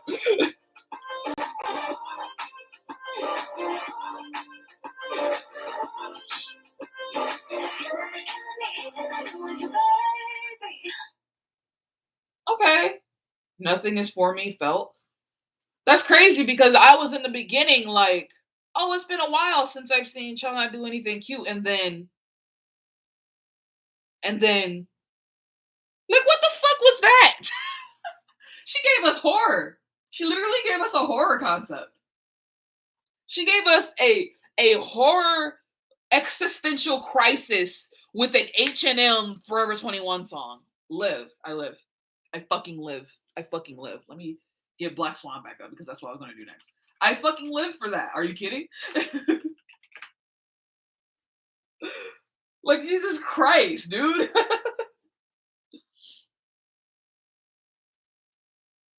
That was wild.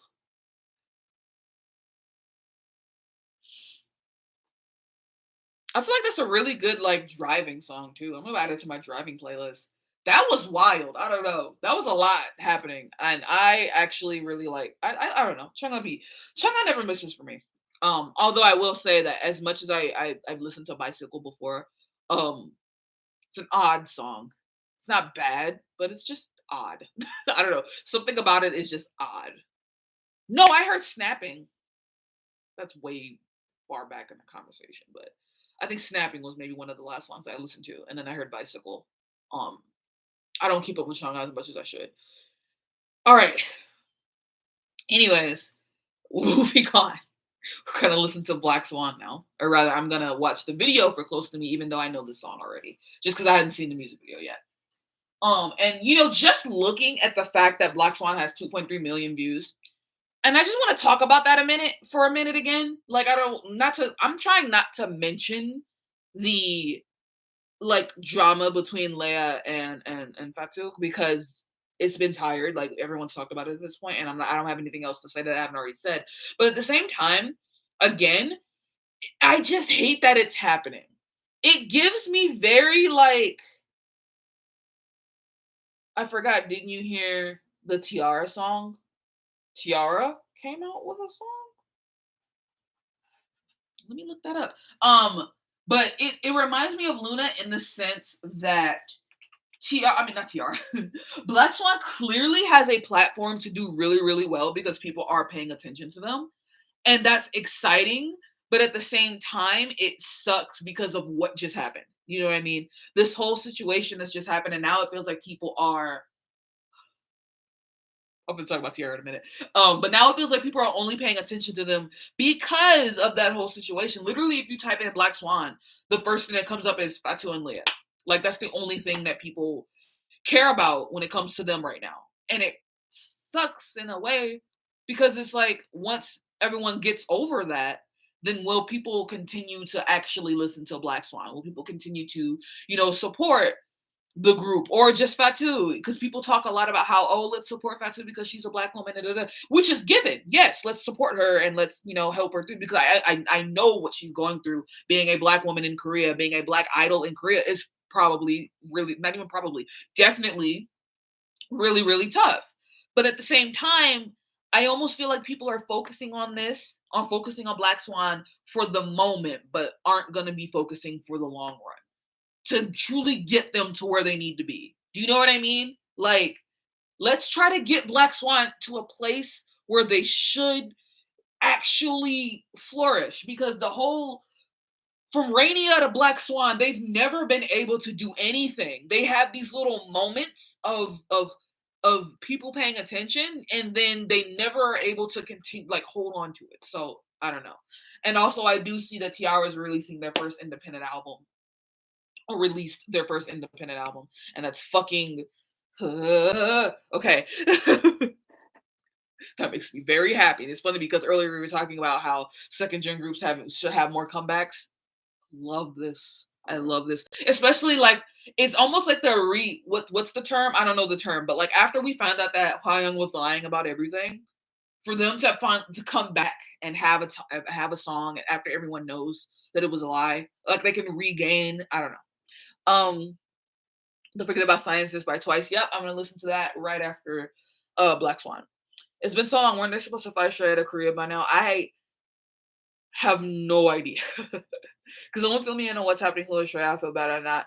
Okay, so yeah, like they just said, she's an Indian trainee. So the company that manages Blackswan, we're doing more international auditions, and Shreya got a lot of popularity, and they said that she passed the audition and she was supposed to be added to the group, but we don't know if that's actually happened yet. I don't know what's going on with that.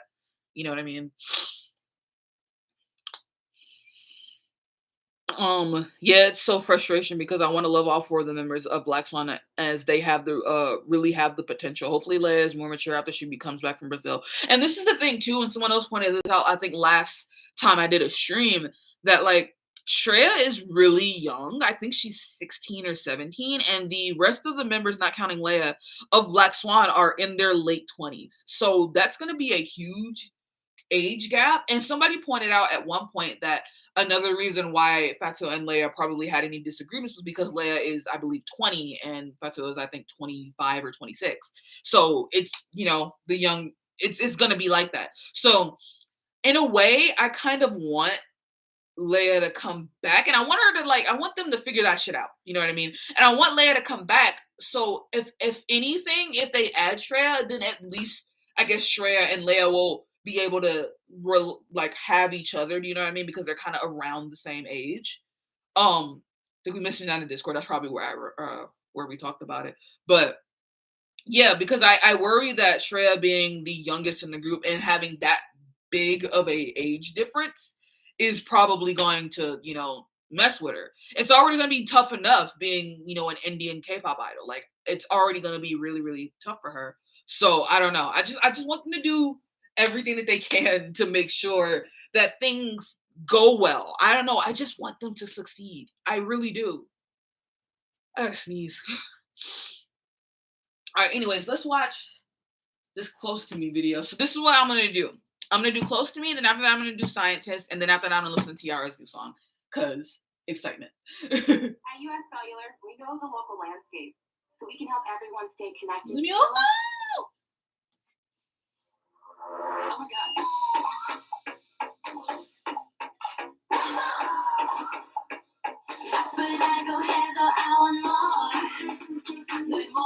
Okay, I'm more watching this just for the music video because I haven't seen it. That purple looks gorgeous on her. Let's go.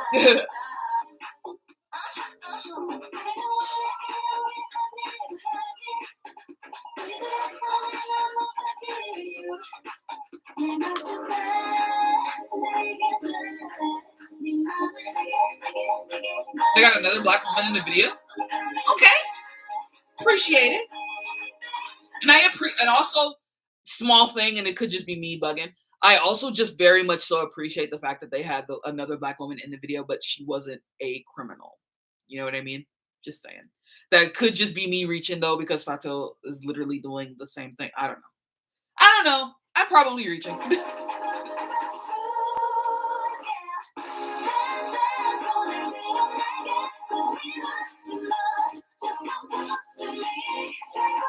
I had to sneeze. I also think the choreography for this song is really, really nice.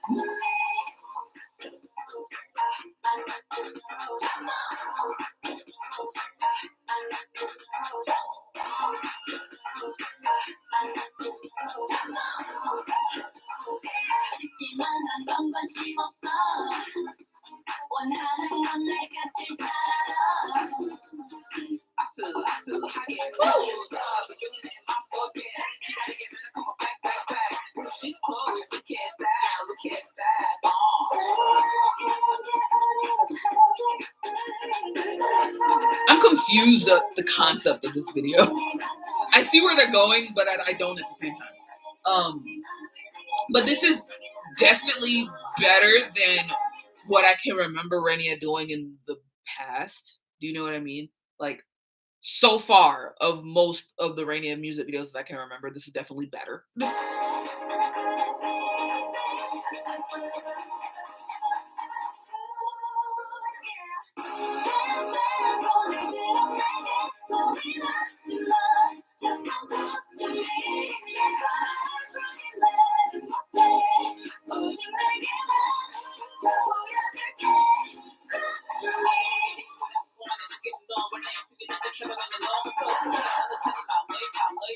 Oh, she's so fucking gorgeous. And I'm not gonna get too much into it, but like, listen. I've said what I said about black people in K-pop and whatever. But regardless of how you feel about K-pop and regardless of how you feel about the genre and everything that's been happening, especially lately, you cannot deny that it does feel nice to see someone who looks like you in a K-pop music video. Like, I can't deny that. It just it warms my cold, dark heart, I guess. It makes me happy to see someone who looks like me in K-pop. It just feels nice. And that's all we really want. Like, people be making such a big deal out of it. That's all we really want. We just want to feel represented. I can speak. Yeah, it just feels nice. You know what I mean?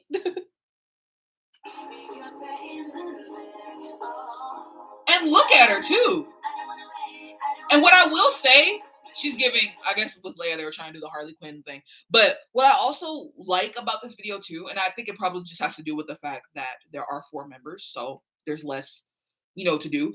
I remember when Alex was brought into Rania, the issue was the fact that she was literally given no screen time, no nothing. You know what I mean?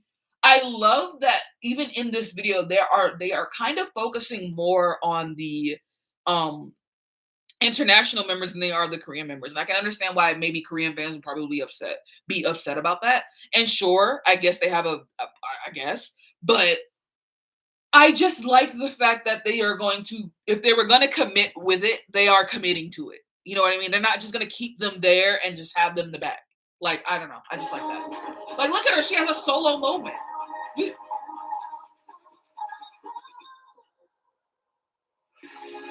And they gave Leia a ton of solo moments, didn't they?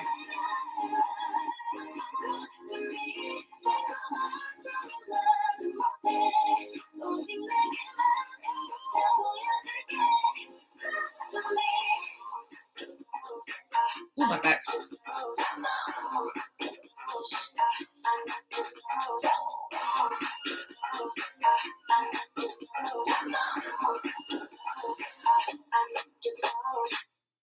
Yeah, that was fucking get away from me, State Farm. That was really good. Like the budget was there, and I love that.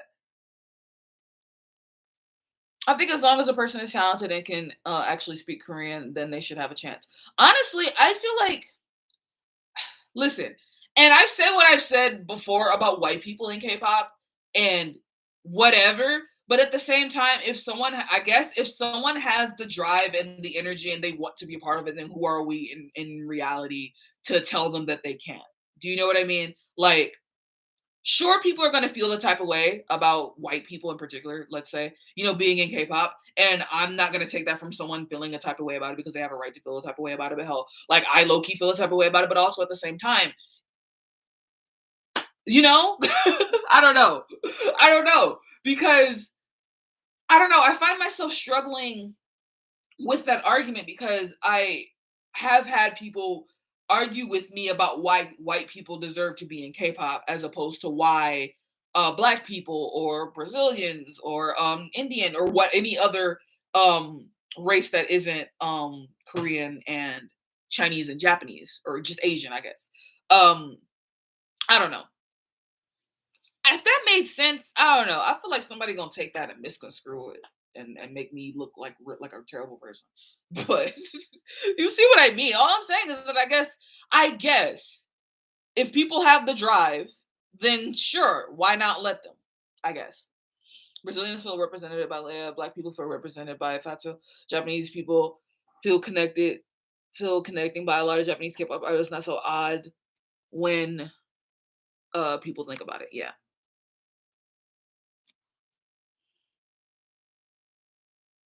I don't know because I remember when what was it? EXP edition was a thing, and then there was another white girl who wanted to debut in K-pop, but I don't know what happened to her. I think she went and did like one of those Chinese whatchamacallit shows.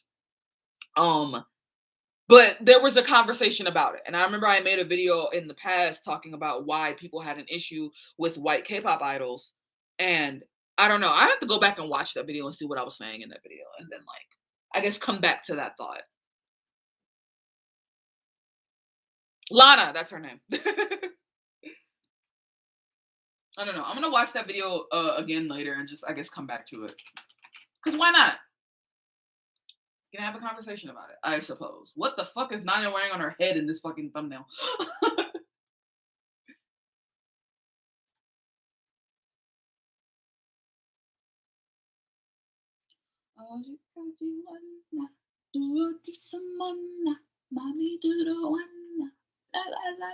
I like you.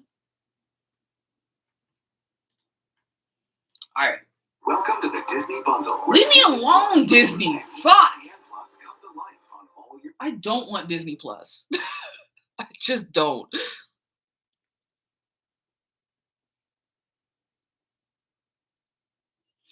The funniest thing about race in K-pop is that many Korean people have stated that a white or black person being an idol is just as foreign to them as a Japanese idol. Yeah, because that's the thing. Like, when we really think about it, and I guess that's the argument, it's because it is K-pop and Korean people are involved in the conversation, so they're gonna have opinions about it. But yeah, even with Koreans, to them, it's still weird that Japanese idols exist, that Chinese idols exist. To them, that's still weird.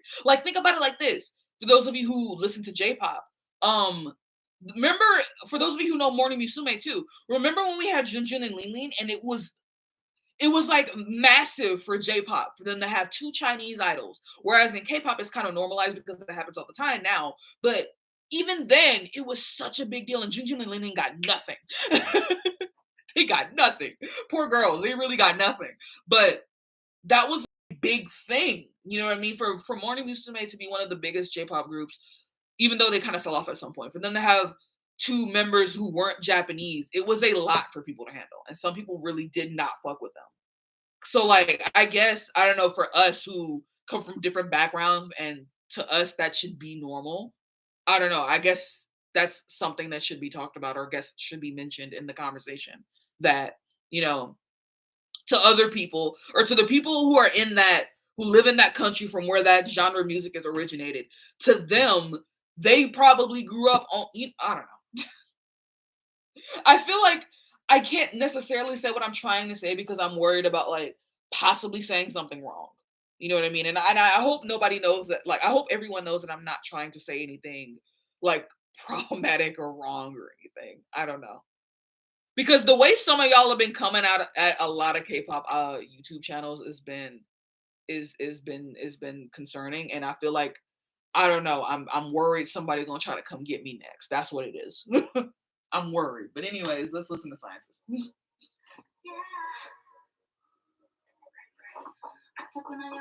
Oh, look how pretty Momo looks right there.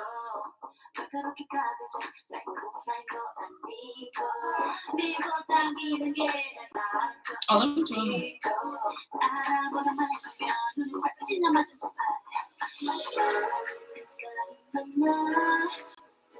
What does this remind me of? Feel the rhythm. This is reminding me lightly of what the fuck is the name of this fucking song? I can't remember what it's called. It's by Red Velvet. Feel the rhythm. Something unforgettable. Oompa Oompa. God, I could not remember what the fuck it was called.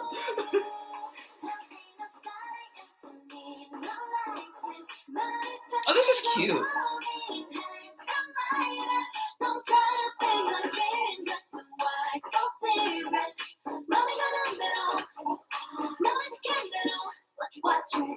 Oof.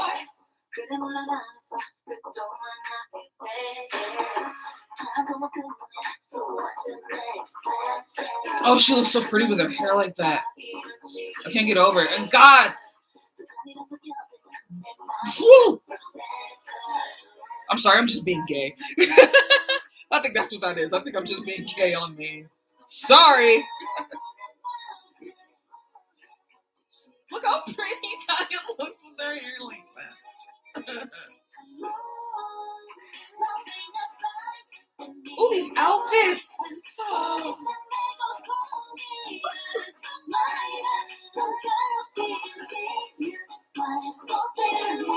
The way Sana kills like a little mini dress.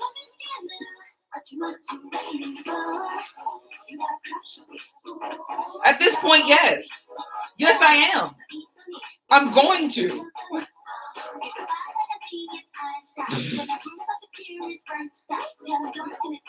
I love Twice music videos, man.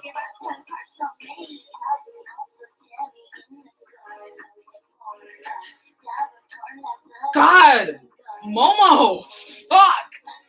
What the hell is going on?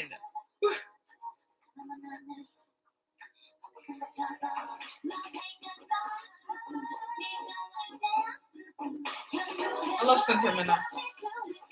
And Nyan with the little arm warmers. I feel like Nyan almost always has one of my favorite outfits in Twice music videos.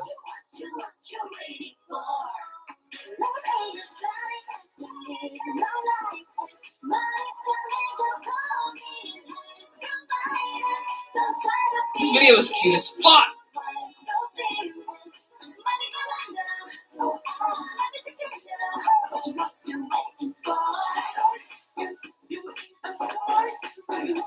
I love them in these like professor outfits. They're so cute.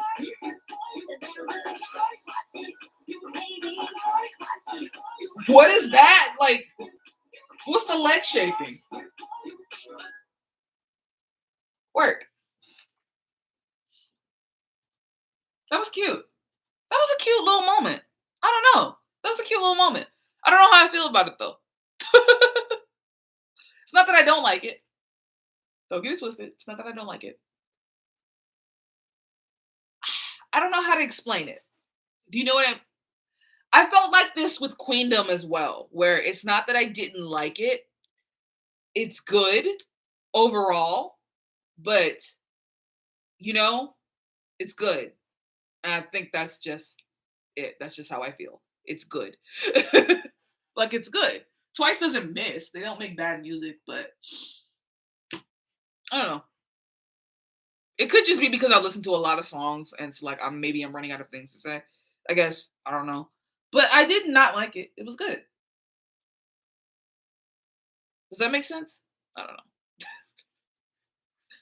Yeah, it's probably gonna be another one of those songs that I'll listen to multiple times and it'll catch, you know what I mean?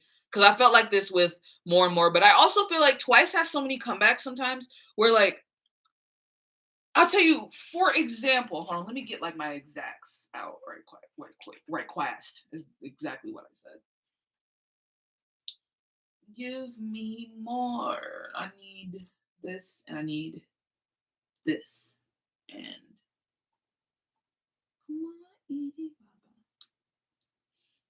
all right, I'm gonna use this as an example, right?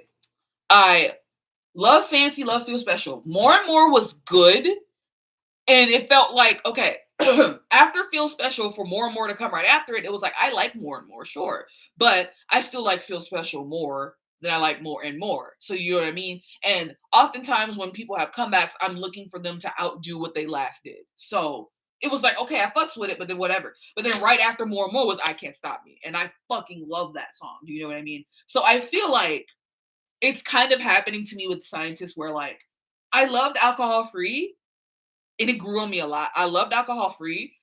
Scientist is good, but did it outdo Alcohol Free for me? Not necessarily. Maybe just just off first listen, not yet. I'll probably listen to it more and feel different, I guess. I don't know. But yeah. And I feel like the B-sides are really good. Twice makes really, really good B-sides. I feel like Red Velvet and Twice have a great handle on making incredible B-sides. Have I listened to the Feels? Yes, I have. I have a reaction that I was gonna post just on my Patreon, but I'm thinking I may or may not post it on the channel. I'm thinking about posting it on the Patreon though. Always love, adore how Twice really stay with their niche of girly pop and just honed it instead of forcing something that fits with them. Yeah, that's one of the things that I love about Twice. It reminds me, I want to say it reminds me of Girls' Generation, but not at the same time because Girls' Generation definitely did take a dip into something else that wasn't girl pop for like a little bit. But yeah, you said it basically. I love Twice's cutesy stuff. I don't know why people complain.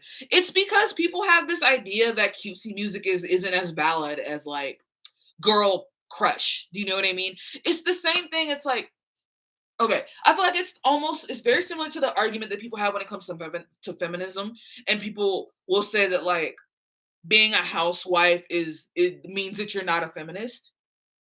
Like if that makes sense, you know what I mean? Like people will look at like girls who are stereotypically girly and say that they are acting for the male gaze, even though they aren't. Some girls just like pink and they like shopping and they like makeup and nails and da da da da. That doesn't mean that they like it because they're trying to get a boyfriend or they're pandering to the male gaze. That's just because they like it. Do you know what I mean? So I feel like people have that same issue with Twice, where like people have been conditioned to think that anything bright and pink and cutesy and girly is pandering to the male gaze. So people, especially when Twice first debuted, will always say that Twice is a group meant for boys to fanboy over.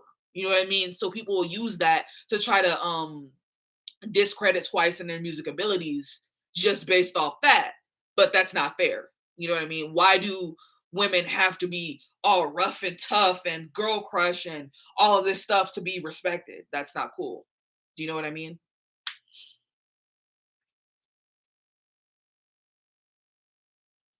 I love the concept of scientists because I'm such a nerd and people think that I'm weird because I like math and science. I said scientist. My brain is turning off today. But no, I mean, yeah, I admire that for you genuinely because I've always wanted to. I always really liked science, but then I got to a point where like I started to not understand it anymore, and I got really sad because I think science is cool, but I think it was chemistry because I had a really bad chemistry teacher. I watched Legally Blonde. People were making fun of the main character for becoming a lawyer and going to Harvard because she loves pink and super girly stuff. Yeah, exactly. So if you've seen Legally Blonde, I feel like that's the exact energy that people have for Twice, where just because they stuck with their girl pop aesthetic, people will still use that as a way to discredit them and say that they aren't worth checking out or they aren't as good as a Blackpink or even a Loona or whatever, any other group, or maybe even an Everglow, anyone else that isn't doing cutesy shit. And it's very unfair. It's just unfair. Because it's like, it's crazy because it's like, why not just let women be women, period? You know what I mean? Why do women have to act a certain way in order to be accepted? Why is it that even women who just do what they want, people still get told, or they still get told that they're pandering to the male gaze? It's just unfair. Because it's like women can't do shit without somebody saying you're just doing it to get the guys to like you. Ridiculous. Anyways, T-ara.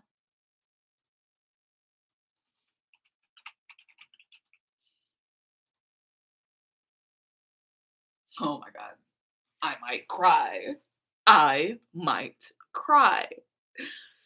I'm a girl who likes to wear more girly and cutesy things, and I don't know a girl in my school who literally goes around calling me a tryhard. Like, and that's that shit too, because that happens a lot in high school.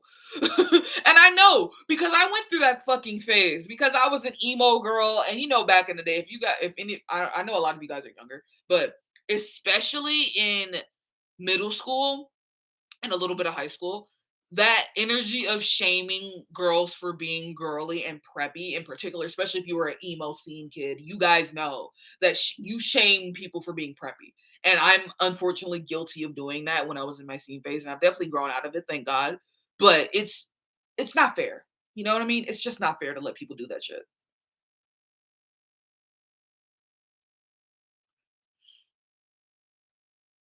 I used to be a pick-me when I was younger. I was low-key a misogynist. So glad I started to think for myself and realize how hypocritical. I think a lot of us were, because that's how society kind of breeds us to be. Like, society kind of teaches women that if you don't hate other women for who they are, you know what I mean? Like, it breeds this thing of like, women have to hate each other because we're all trying to fight for a man. You know what I mean? It's like, it's that type of shit.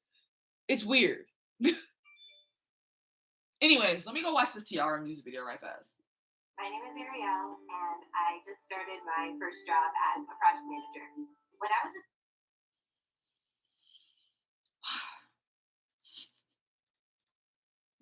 I'm just so happy to see a T-ara music video in 2021. Like, that's crazy.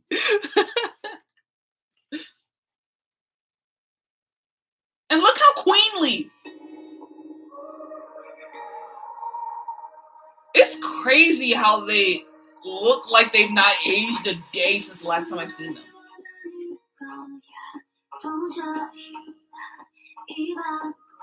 No, because listen.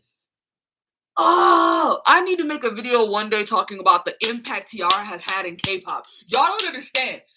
Listen to some T-ara shit and then come back and listen to what third gen girls are doing, and even to an extent fourth gen girls, and you will see where the inspiration lies.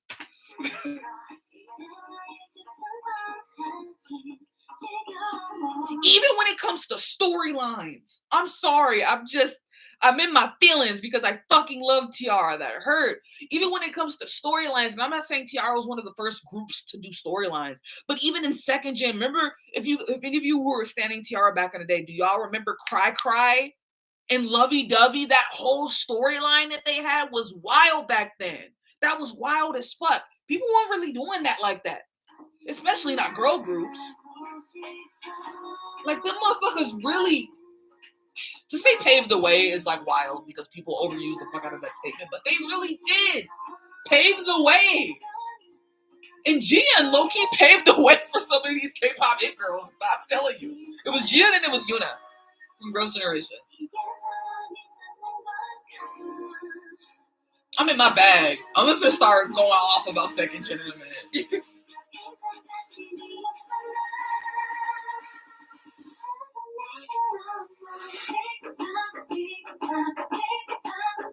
Oh.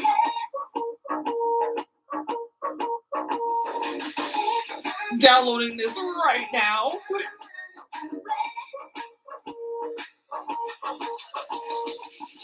That drop was insane. That drop was something crazy.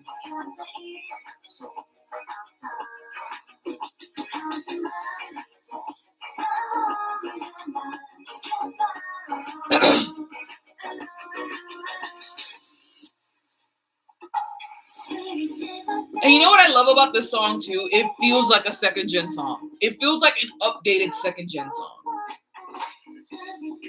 I guess I'm just saying that because T-ara is a staple of second gen to me. So it sounds like T-ara, I guess. And look at Hyomin. I can't get over how fucking gorgeous Jian is. Like, she has been that bitch. I'm sorry. She's genuinely been that bitch for so long.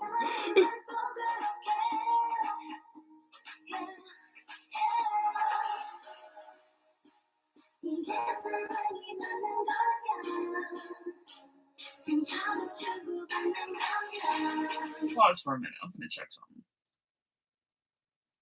Okay.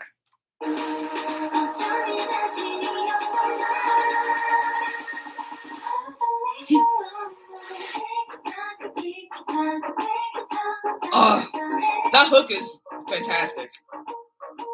That hook is fantastic. It's giving me like, what's the name of that one song by T-ara? And I can't remember what it's fucking called, but I have the choreography in my head. No te me micho. Because of you, I go crazy.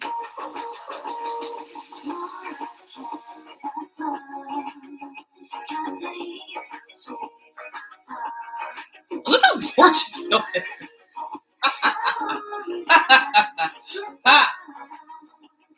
K shit.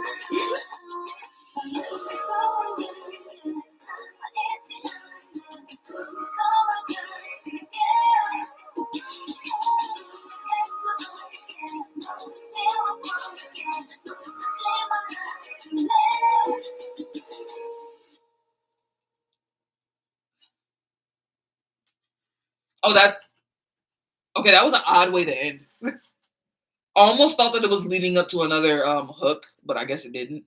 Either way, listen, I'm just happy. I'm just happy to see T-ara again. That's it. That's fucking it. I don't have a lot to say. I'm just so fucking stoked.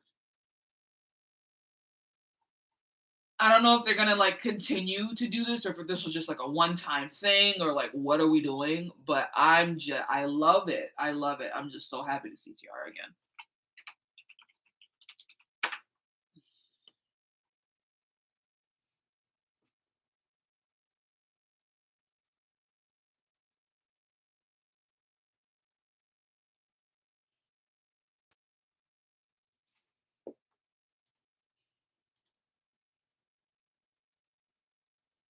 My stomach hurts. It's because I'm hungry.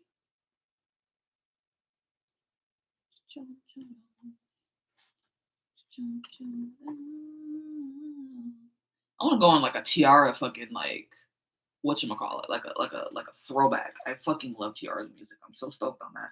All right, anyways, I saw someone mentioning Blue by Wonho, so I'm gonna listen to it. I've never heard of anything Wonho did. I've not heard any of his solo shit, so this is all new to me. I remember my first G was Girls' Day when I was 5 or 6. I left my hometown and wasn't in contact with the person who introduced me to them, so I didn't return to them until early 27. I'm so sad I wasn't here. Dude, I fucking love Girls' Day. That's a throwback for real. I've not heard nobody talk about Girls' Day to me in a minute. I fucking loved Girls' Day. I still do. And it seemed like they just slowly but sure. I'm gonna check right fast because I feel like they just slowly but one day just disappeared. Like we just didn't hear from them anymore. In 2019, they all didn't renew their contracts, but they said that they haven't disbanded. But their last album, their last release was in 2017. So you can just say they disbanded at this point. I think Sojin's like married. I could be wrong though.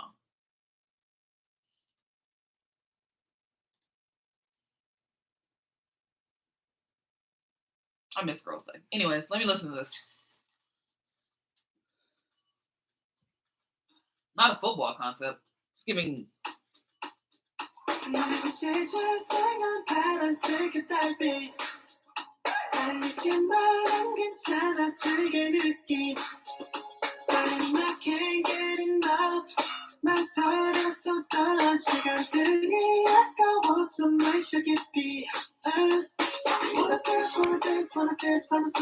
말해줘. 밤새도록 춤춰도 좋으니까 come to my dreams. 지금 너도 나와 같다면 내게 말해줘. 준비됐다면 손을 잡아. It's all in the blue. Cause you're the 모든 게 아름다워. 누구도 못 말려 우린 자유로워 out of control. Can you feel everything 우리 안에 있어. 누가 뭐라 해도 우리 맘대로 out of control. Can you feel The flashing is a lot. The flashing is killing me.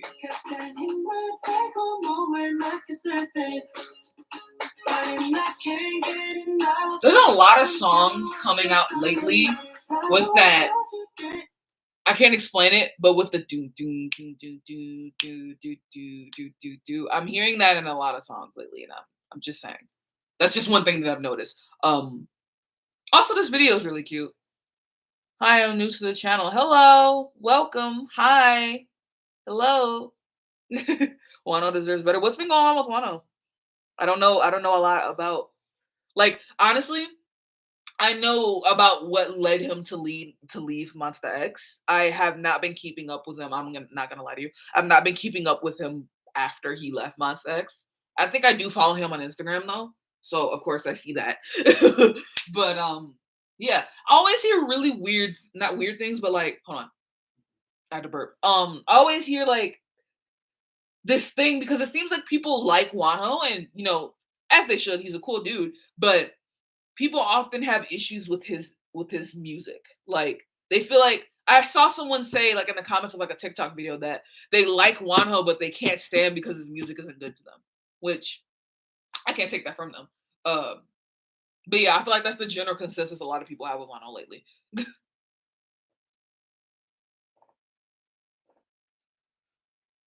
I love your videos. Thank you. I'm sorry I don't upload all that often. I was gonna ask if this is the guy from Monsta X. Yes, it is. My name is Alexa and I love Shiny. You're mine. You have so much taste. You have so much fucking taste. Starship is literally pretending Wano doesn't exist. Like his dance practices, they cover up the company logo. What? They do all that? Why we gotta do that much? When we know old girl was lying anyway.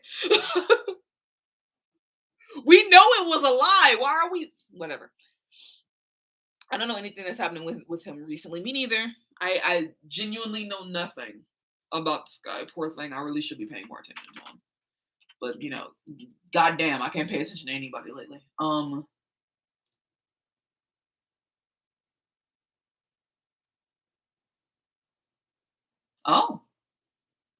Okay.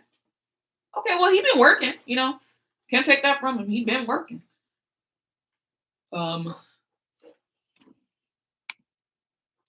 One thing about K-pop, the thing about K-pop scandals is that the people forget to think critically. Wano was one of idols heavily affected by false rumors. The thing is that I feel like with the way that everyone, not even just the K-pop industry, but just the way the entertainment industry is affected by outrage culture, it says a lot because everyone reacts to things very quickly without getting a chance to think critically about it. Like, I feel like oftentimes a scandal will drop and then everyone will come running to the company and say, you should fire this person because this thing happened and what they did was wrong and you need to fire them. And they get under so much scrutiny and so much like shit happens that the company ends up having to let go of that person before anything can happen. So I feel like that's what happened with Wano. I feel like that's what happened with Sujin. Yeah. Like, I feel like companies don't get a chance, or rather, the way some fans react, they don't give companies the chance to react. In some situations, the company can actually handle it, right? Like I feel like with the Mingyu situation, because there was accusations of misconduct and bullying and everything with Mingyu, but Pledis handled it really, really well, and they were able to kind of just, I guess, move on from it. But for a minute, it felt like everybody was like, you know, it was very, very concerning. Like, and I, you know, I love 17, so it was kind of like really sad. And they handled that really well, good for them. But, you know, oftentimes they like I feel like oftentimes the company ends up stuck in between a rock and a hard place. So they feel like they end up having to let that person go, even though we find out in the end that they're wrong. I mean, you know what I mean. I was trying to read what y'all was saying and it threw me off. Word, I'm so tired of people taking things at face value when it comes to celebrities, influencers, and idols. Yeah. Yeah. Like, and that's the thing. It's the way that outrage culture works is just like that. People aren't allowed to think critically about anything anymore. And if anybody says anything along the lines of not agreeing with one side or the other, if you try to stay middle ground with anything, you get attacked too. So it's like, let's say group X has a member Y who did something problematic. If all the fans of group X and or member Y don't immediately unstand, then you're instantly blamed as just as problematic as this person, and you're a horrible person, and then everyone on the internet trashes your fucking name, and you get doxxed, and this, that, and the third, and it's like, and then come to find out at the end of the day, turns out that it was a mistranslation, and member Y didn't really do anything wrong. So that all this happened because of that, and turns out it's not even real. It was fake. And it happens over and over and over and over and over and over and over again. Like,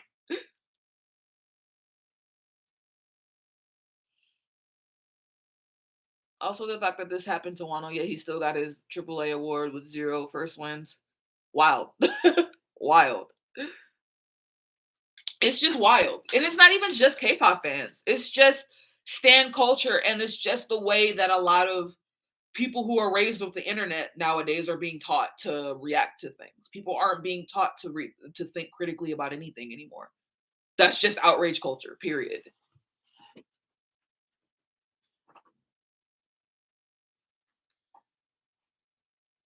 And Fatu as well, absolutely. That's definitely a conversation, you know. And I feel like it's come to a point now where I think people have too much fun wanting to cancel people. So it's not, I don't know. It's easier for people to just straight up cancel someone or just unstand or come up with this, well, they're a horrible person anyway, so fuck them type energy, as opposed to think critically. And I do understand, especially when it comes to K-pop, that it's hard for people to stay in the middle ground when everyone else either goes right or left. Do you know what I mean? Like, for me personally, because I'm a person who tries to, I guess, think critically and like try to remain in the gray area as much as possible, you still get those people who tell you like, oh, you didn't immediately unstand after this one thing happened, then you must be just as bad as they are. You must be a coon. You must be this, that, and the third. And it's like not fun and or cool at all. It's just not fun or cool at all. I kind of hate it, and that's on the lowest of keys one of the reasons why I don't like uploading anymore, because I'm worried. I feel like somebody gonna find a video and I'm gonna end up getting dragged on TikTok, and then somebody gonna dox my ass. I feel like it's, God forbid, knock on wood. I don't have any wood on here to knock on, but I don't want that to happen. But like, it's scary. I remember fans of Astro and Orbits were fighting because since Astro fans saw a mistranslation, I thought she was disrespecting a member of Astro to his face. And that's the other thing too, because a lot of us were are international fans, and a lot of us don't speak Korean. That's also like a really, really big problem, because people react so heavily off of mistranslations. And then it's like, fuck, that happens so much with NCT. Oh my God, if you've ever been an citizen on Twitter, the amount of mistranslations that happen literally every day. And people react and go, oh no, this person did something bad, and then turns out, oh, it was just mistranslation. And it go again over and over and over and over and over again. Not because people are just waiting for the downfall of groups and / solo artists. And it's so, yeah, people at this point have come to a point where they don't want anyone to succeed. They just want everyone to fail. And I think it's because some people, especially those of us who have been disrespected by K-pop all the time, are just sick of being disrespected. So therefore we some of us react with just anger and contempt and indifference and just fuck it. You know what I mean? Like, fuck them. I hope everything burns. And like, I can't take that from you. Like, I understand why someone would be so upset about that. And you have every right to be upset that this genre of music is constantly disrespecting. Like, I totally understand it. But also at the same time, I almost feel like you can't, just because you're upset doesn't mean that everyone else also has to be just as angry as you are. Like, everyone else can check their emotions in different ways. Just because some people decide to continue standing and or some people decide I'm still gonna listen, you know what I mean? Just everyone's gonna react the way that they want to, and everyone should be allowed to have the space to react in the way that they want. That's all I think. I guess I don't know.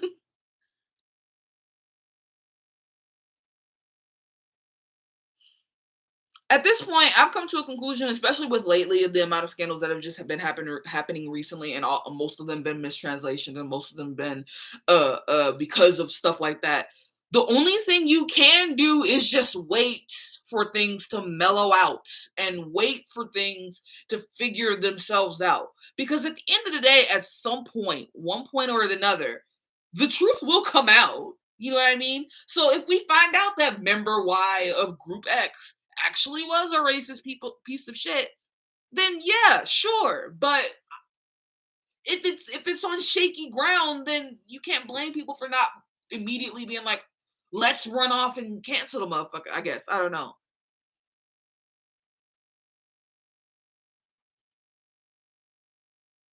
My nails are bugging.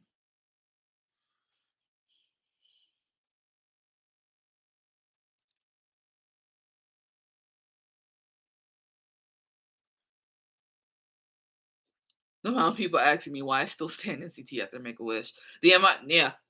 I feel like anybody who's a Seasonny, anybody who is a Stay, anybody who is a Mumu, anybody who's, I don't know what G idol stands are called, but anybody who stands G idols, um, like I feel like a lot of us get those same questions. After everything that happened, why do you still stand? I don't know. Probably because I hate my, I don't know.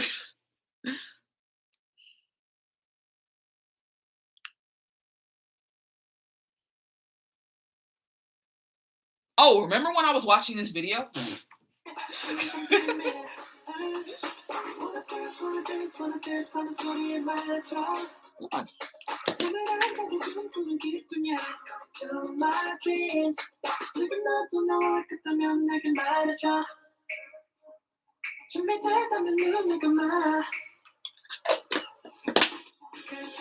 He's so cute.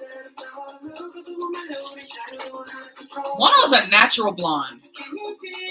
He's one of those guys who just looks so good with blonde hair.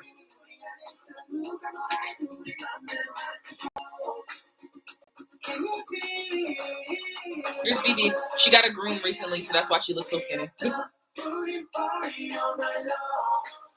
We are young and we are dumb. Love that.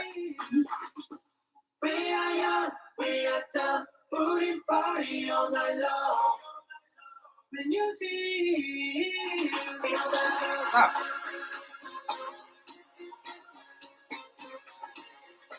Stop. This is also another H&M song. This is very Forever 21, H&M, Aeropostale, Hollister. Come on, vocals. What?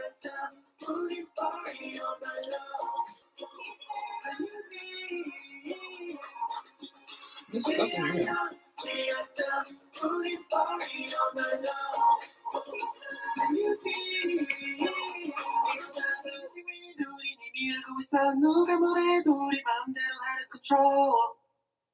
Can you feel the That was a cute little video.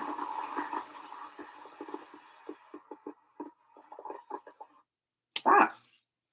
So yeah, that was Blue. Yeah, I mean, I don't know. That was a really cute little song. It's giving very H&M, and I fucks with it. This is Vivian. She won't stop licking me. I guess she missed me. I don't fucking know. Can you stop, please?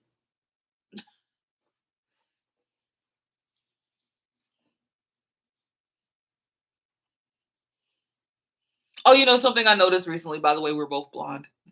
Let me see what y'all saying. Gianna are not even as problematic as people say they are beside the whole ethnic hip scandal. The henna was not offensive, and a lot of people just like to throw CA around just to cancel certain idols. In a way, low key, yeah. Then again, I won't speak too much on that just because I don't know a lot about it because I don't stand Giotto and I didn't really look too much into it. So I'll try not to speak too much on anything I don't know about, but you know,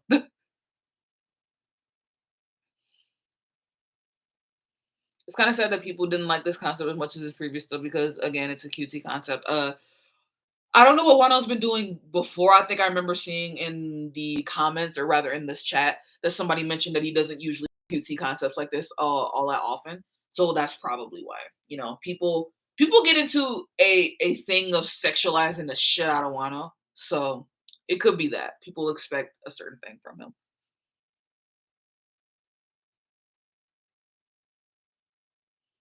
Where's Vivi? Hey, Vivi. Vivi. Vivi. Vivi. Hey.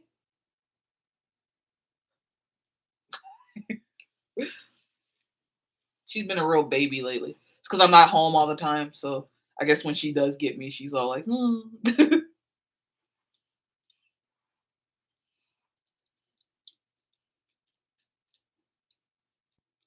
Please don't go yet. Please just stay.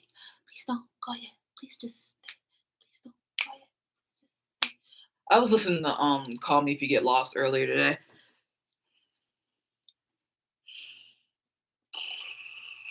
I love your hair so much. Thank you. I'm pretty proud of it. Just because I did it myself, so I'm very proud of it. By the way, are you on IG? Can I follow you? Sure, you can. I am on what's my username? Stupid girl. STOOPIDGRRL is my Instagram. I hate how people sexualize him and blame him for it. Low key. People are always expecting Lano to whip off a shirt or something. I feel like just the simple fact that he's a buff man with abs, people expect him to be showing them all the time. I don't know. It's a weird thing. Your thoughts on Sticker?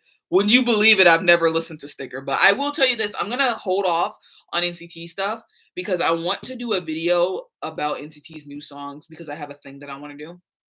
So just wait for that. I will come back to that. I've somehow managed to, I think, not ignore, but avoid a lot of uh, teasers and stuff for NCT. I know they always coming up. I still have NCT. I still have notifications on for NCT's Twitter, so I will often see that they are posting teaser photos all the time. So I'm like, what are they doing?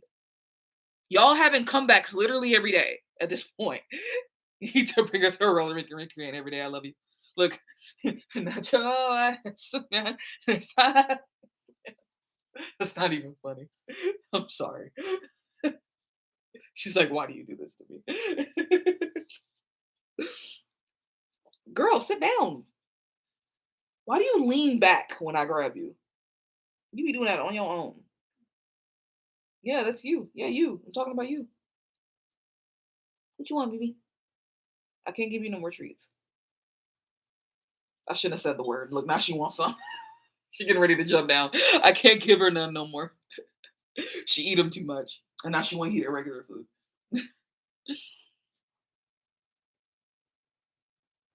I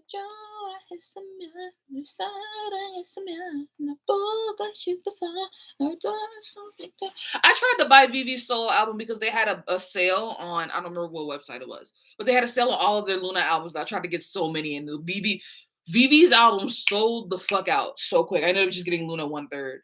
So like I'm stoked on that, but still, and it's so hard to get Loona albums. That's one thing I'll never forget. I feel like BBC could have made so much money if they really.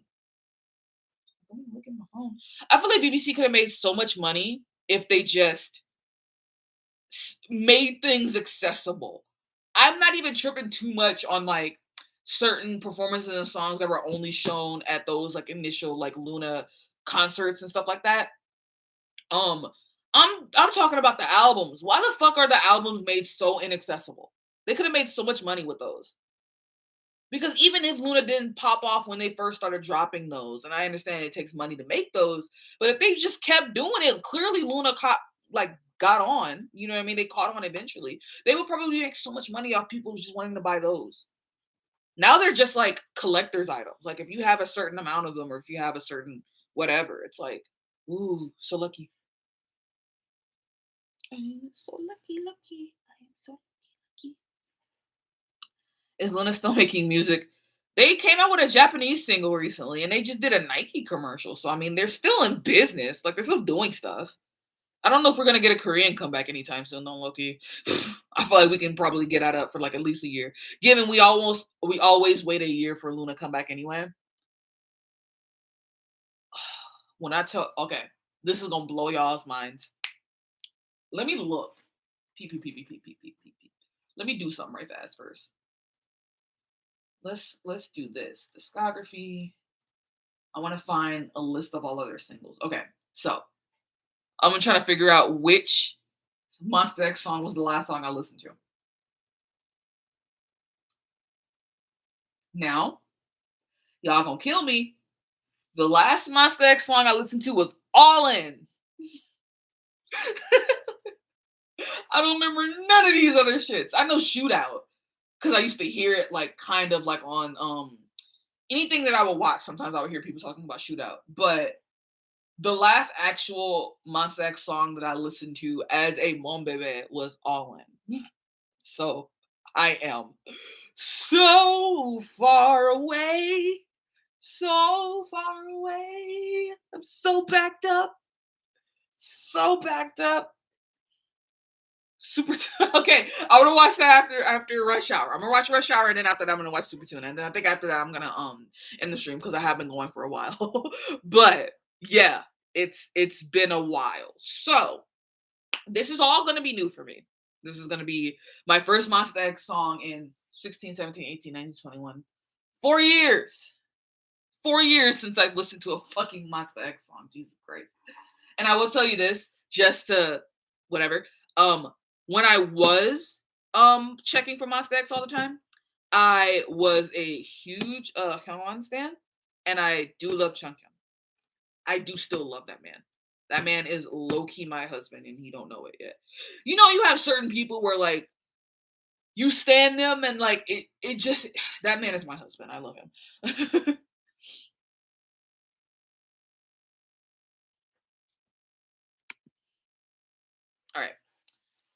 All right, let's watch Rush Hour.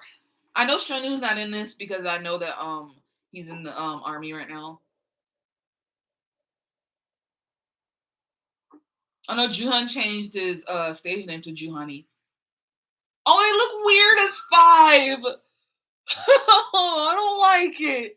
It looks so weird. Cause last time I was paying attention, they were 7. This is odd. Ugh. I know what happened, but it's still like, oh.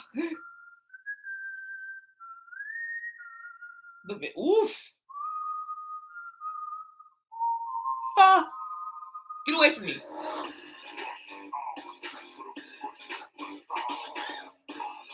Okay. This picks up right where they left off for me.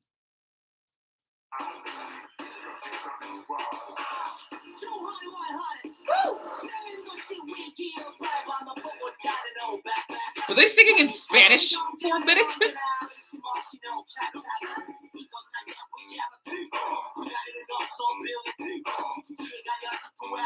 Killing this mullet. Go ahead.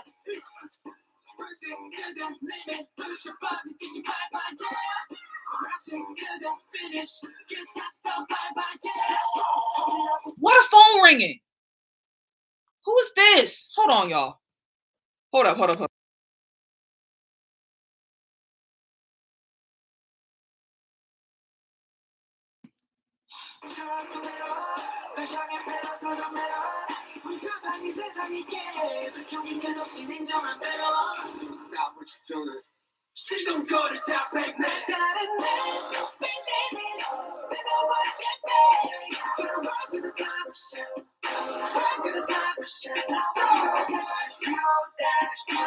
They look so weird as 5. I just can't. Also, This mesh shirt.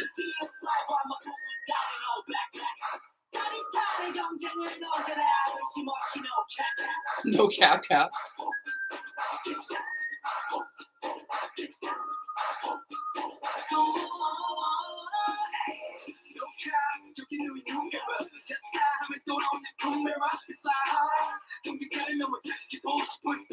I can't get over him.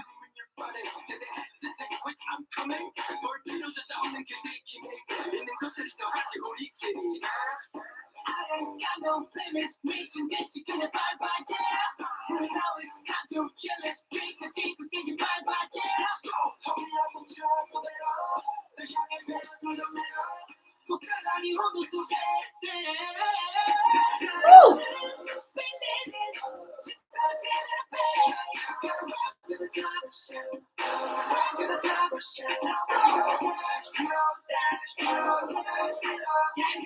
I'm downloading this song.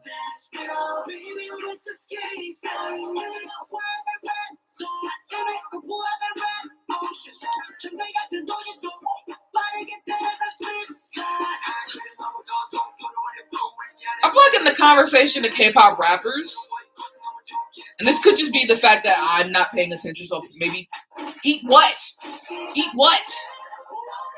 Maybe they are talking about it and I'm just not knowing, but there needs to be a conversation about Juhan and fucking Chung.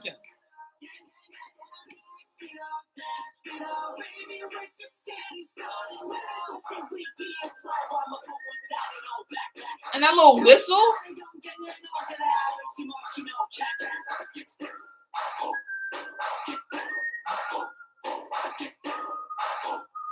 Oh, that reminds me of BAP. Oh, that reminded me so much of BAP. That was the end of the song anyway. Chung reminds me of what's that name? What's the nigga name from fucking Heathers, bro?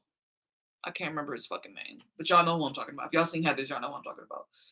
That gave me Monsta X, but it also just reminded me so much of BAP. Fuck, I miss BAP. Damn.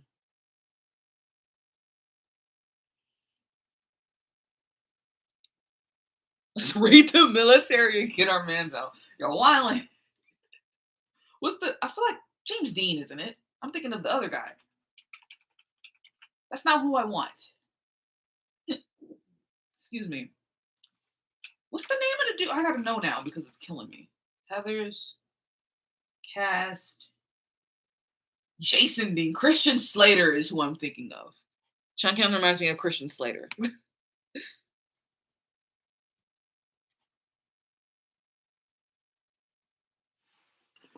What time is it? 8:30?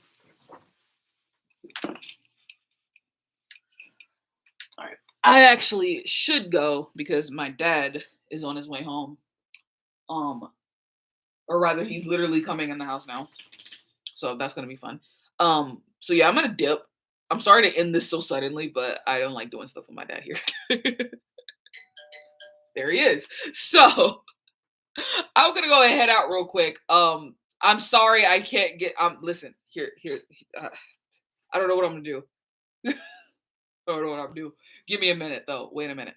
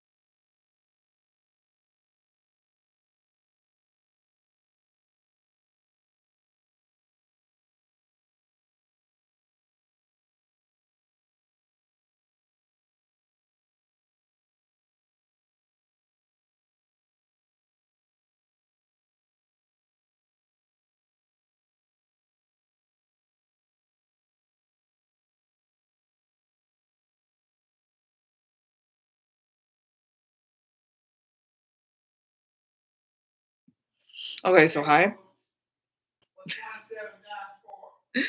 All right, so I'm probably just gonna have to end the stream just because he's gonna talk throughout the entire time, and I'm really sorry. I really wanted to get the super tuna. So what we'll do, um, I'm trying to think of what to do here, cause I could do a stream tomorrow if you guys are okay, or if you are down with it. I might stream tomorrow. I might do like a Twitch stream tomorrow at some point. I don't know. I could do another stream tomorrow, and then we can do it then. Uh, I'm so sorry to just end it so suddenly. The time got past me. Time got away from me. But even then, if I do stream tomorrow, maybe it won't be as long. Because there is still a ton of stuff that came out this year that I missed. So we could do another like catching up on songs that I missed this year type of thing tomorrow. Because these are fun. So yeah, let's just do that. So we'll do again tomorrow, and then I'll listen to Super Tuna and everything else that you guys may have recommended in the chat and I missed. Um, and what I'll do is I think I'll make a list of other songs that I want to watch or listen to. When the last time you take her out for a walk? Earlier today. What? Yeah. Before she ate, after she ate. Before she ate. So she gotta go after. Okay. All right, I gotta go because he's finna start. All right. Thank you guys for hanging out. I'm ending my stream, Dad. So you know what I'm doing, I guess. I'll see y'all tomorrow then, because I'll do one tomorrow. Bye.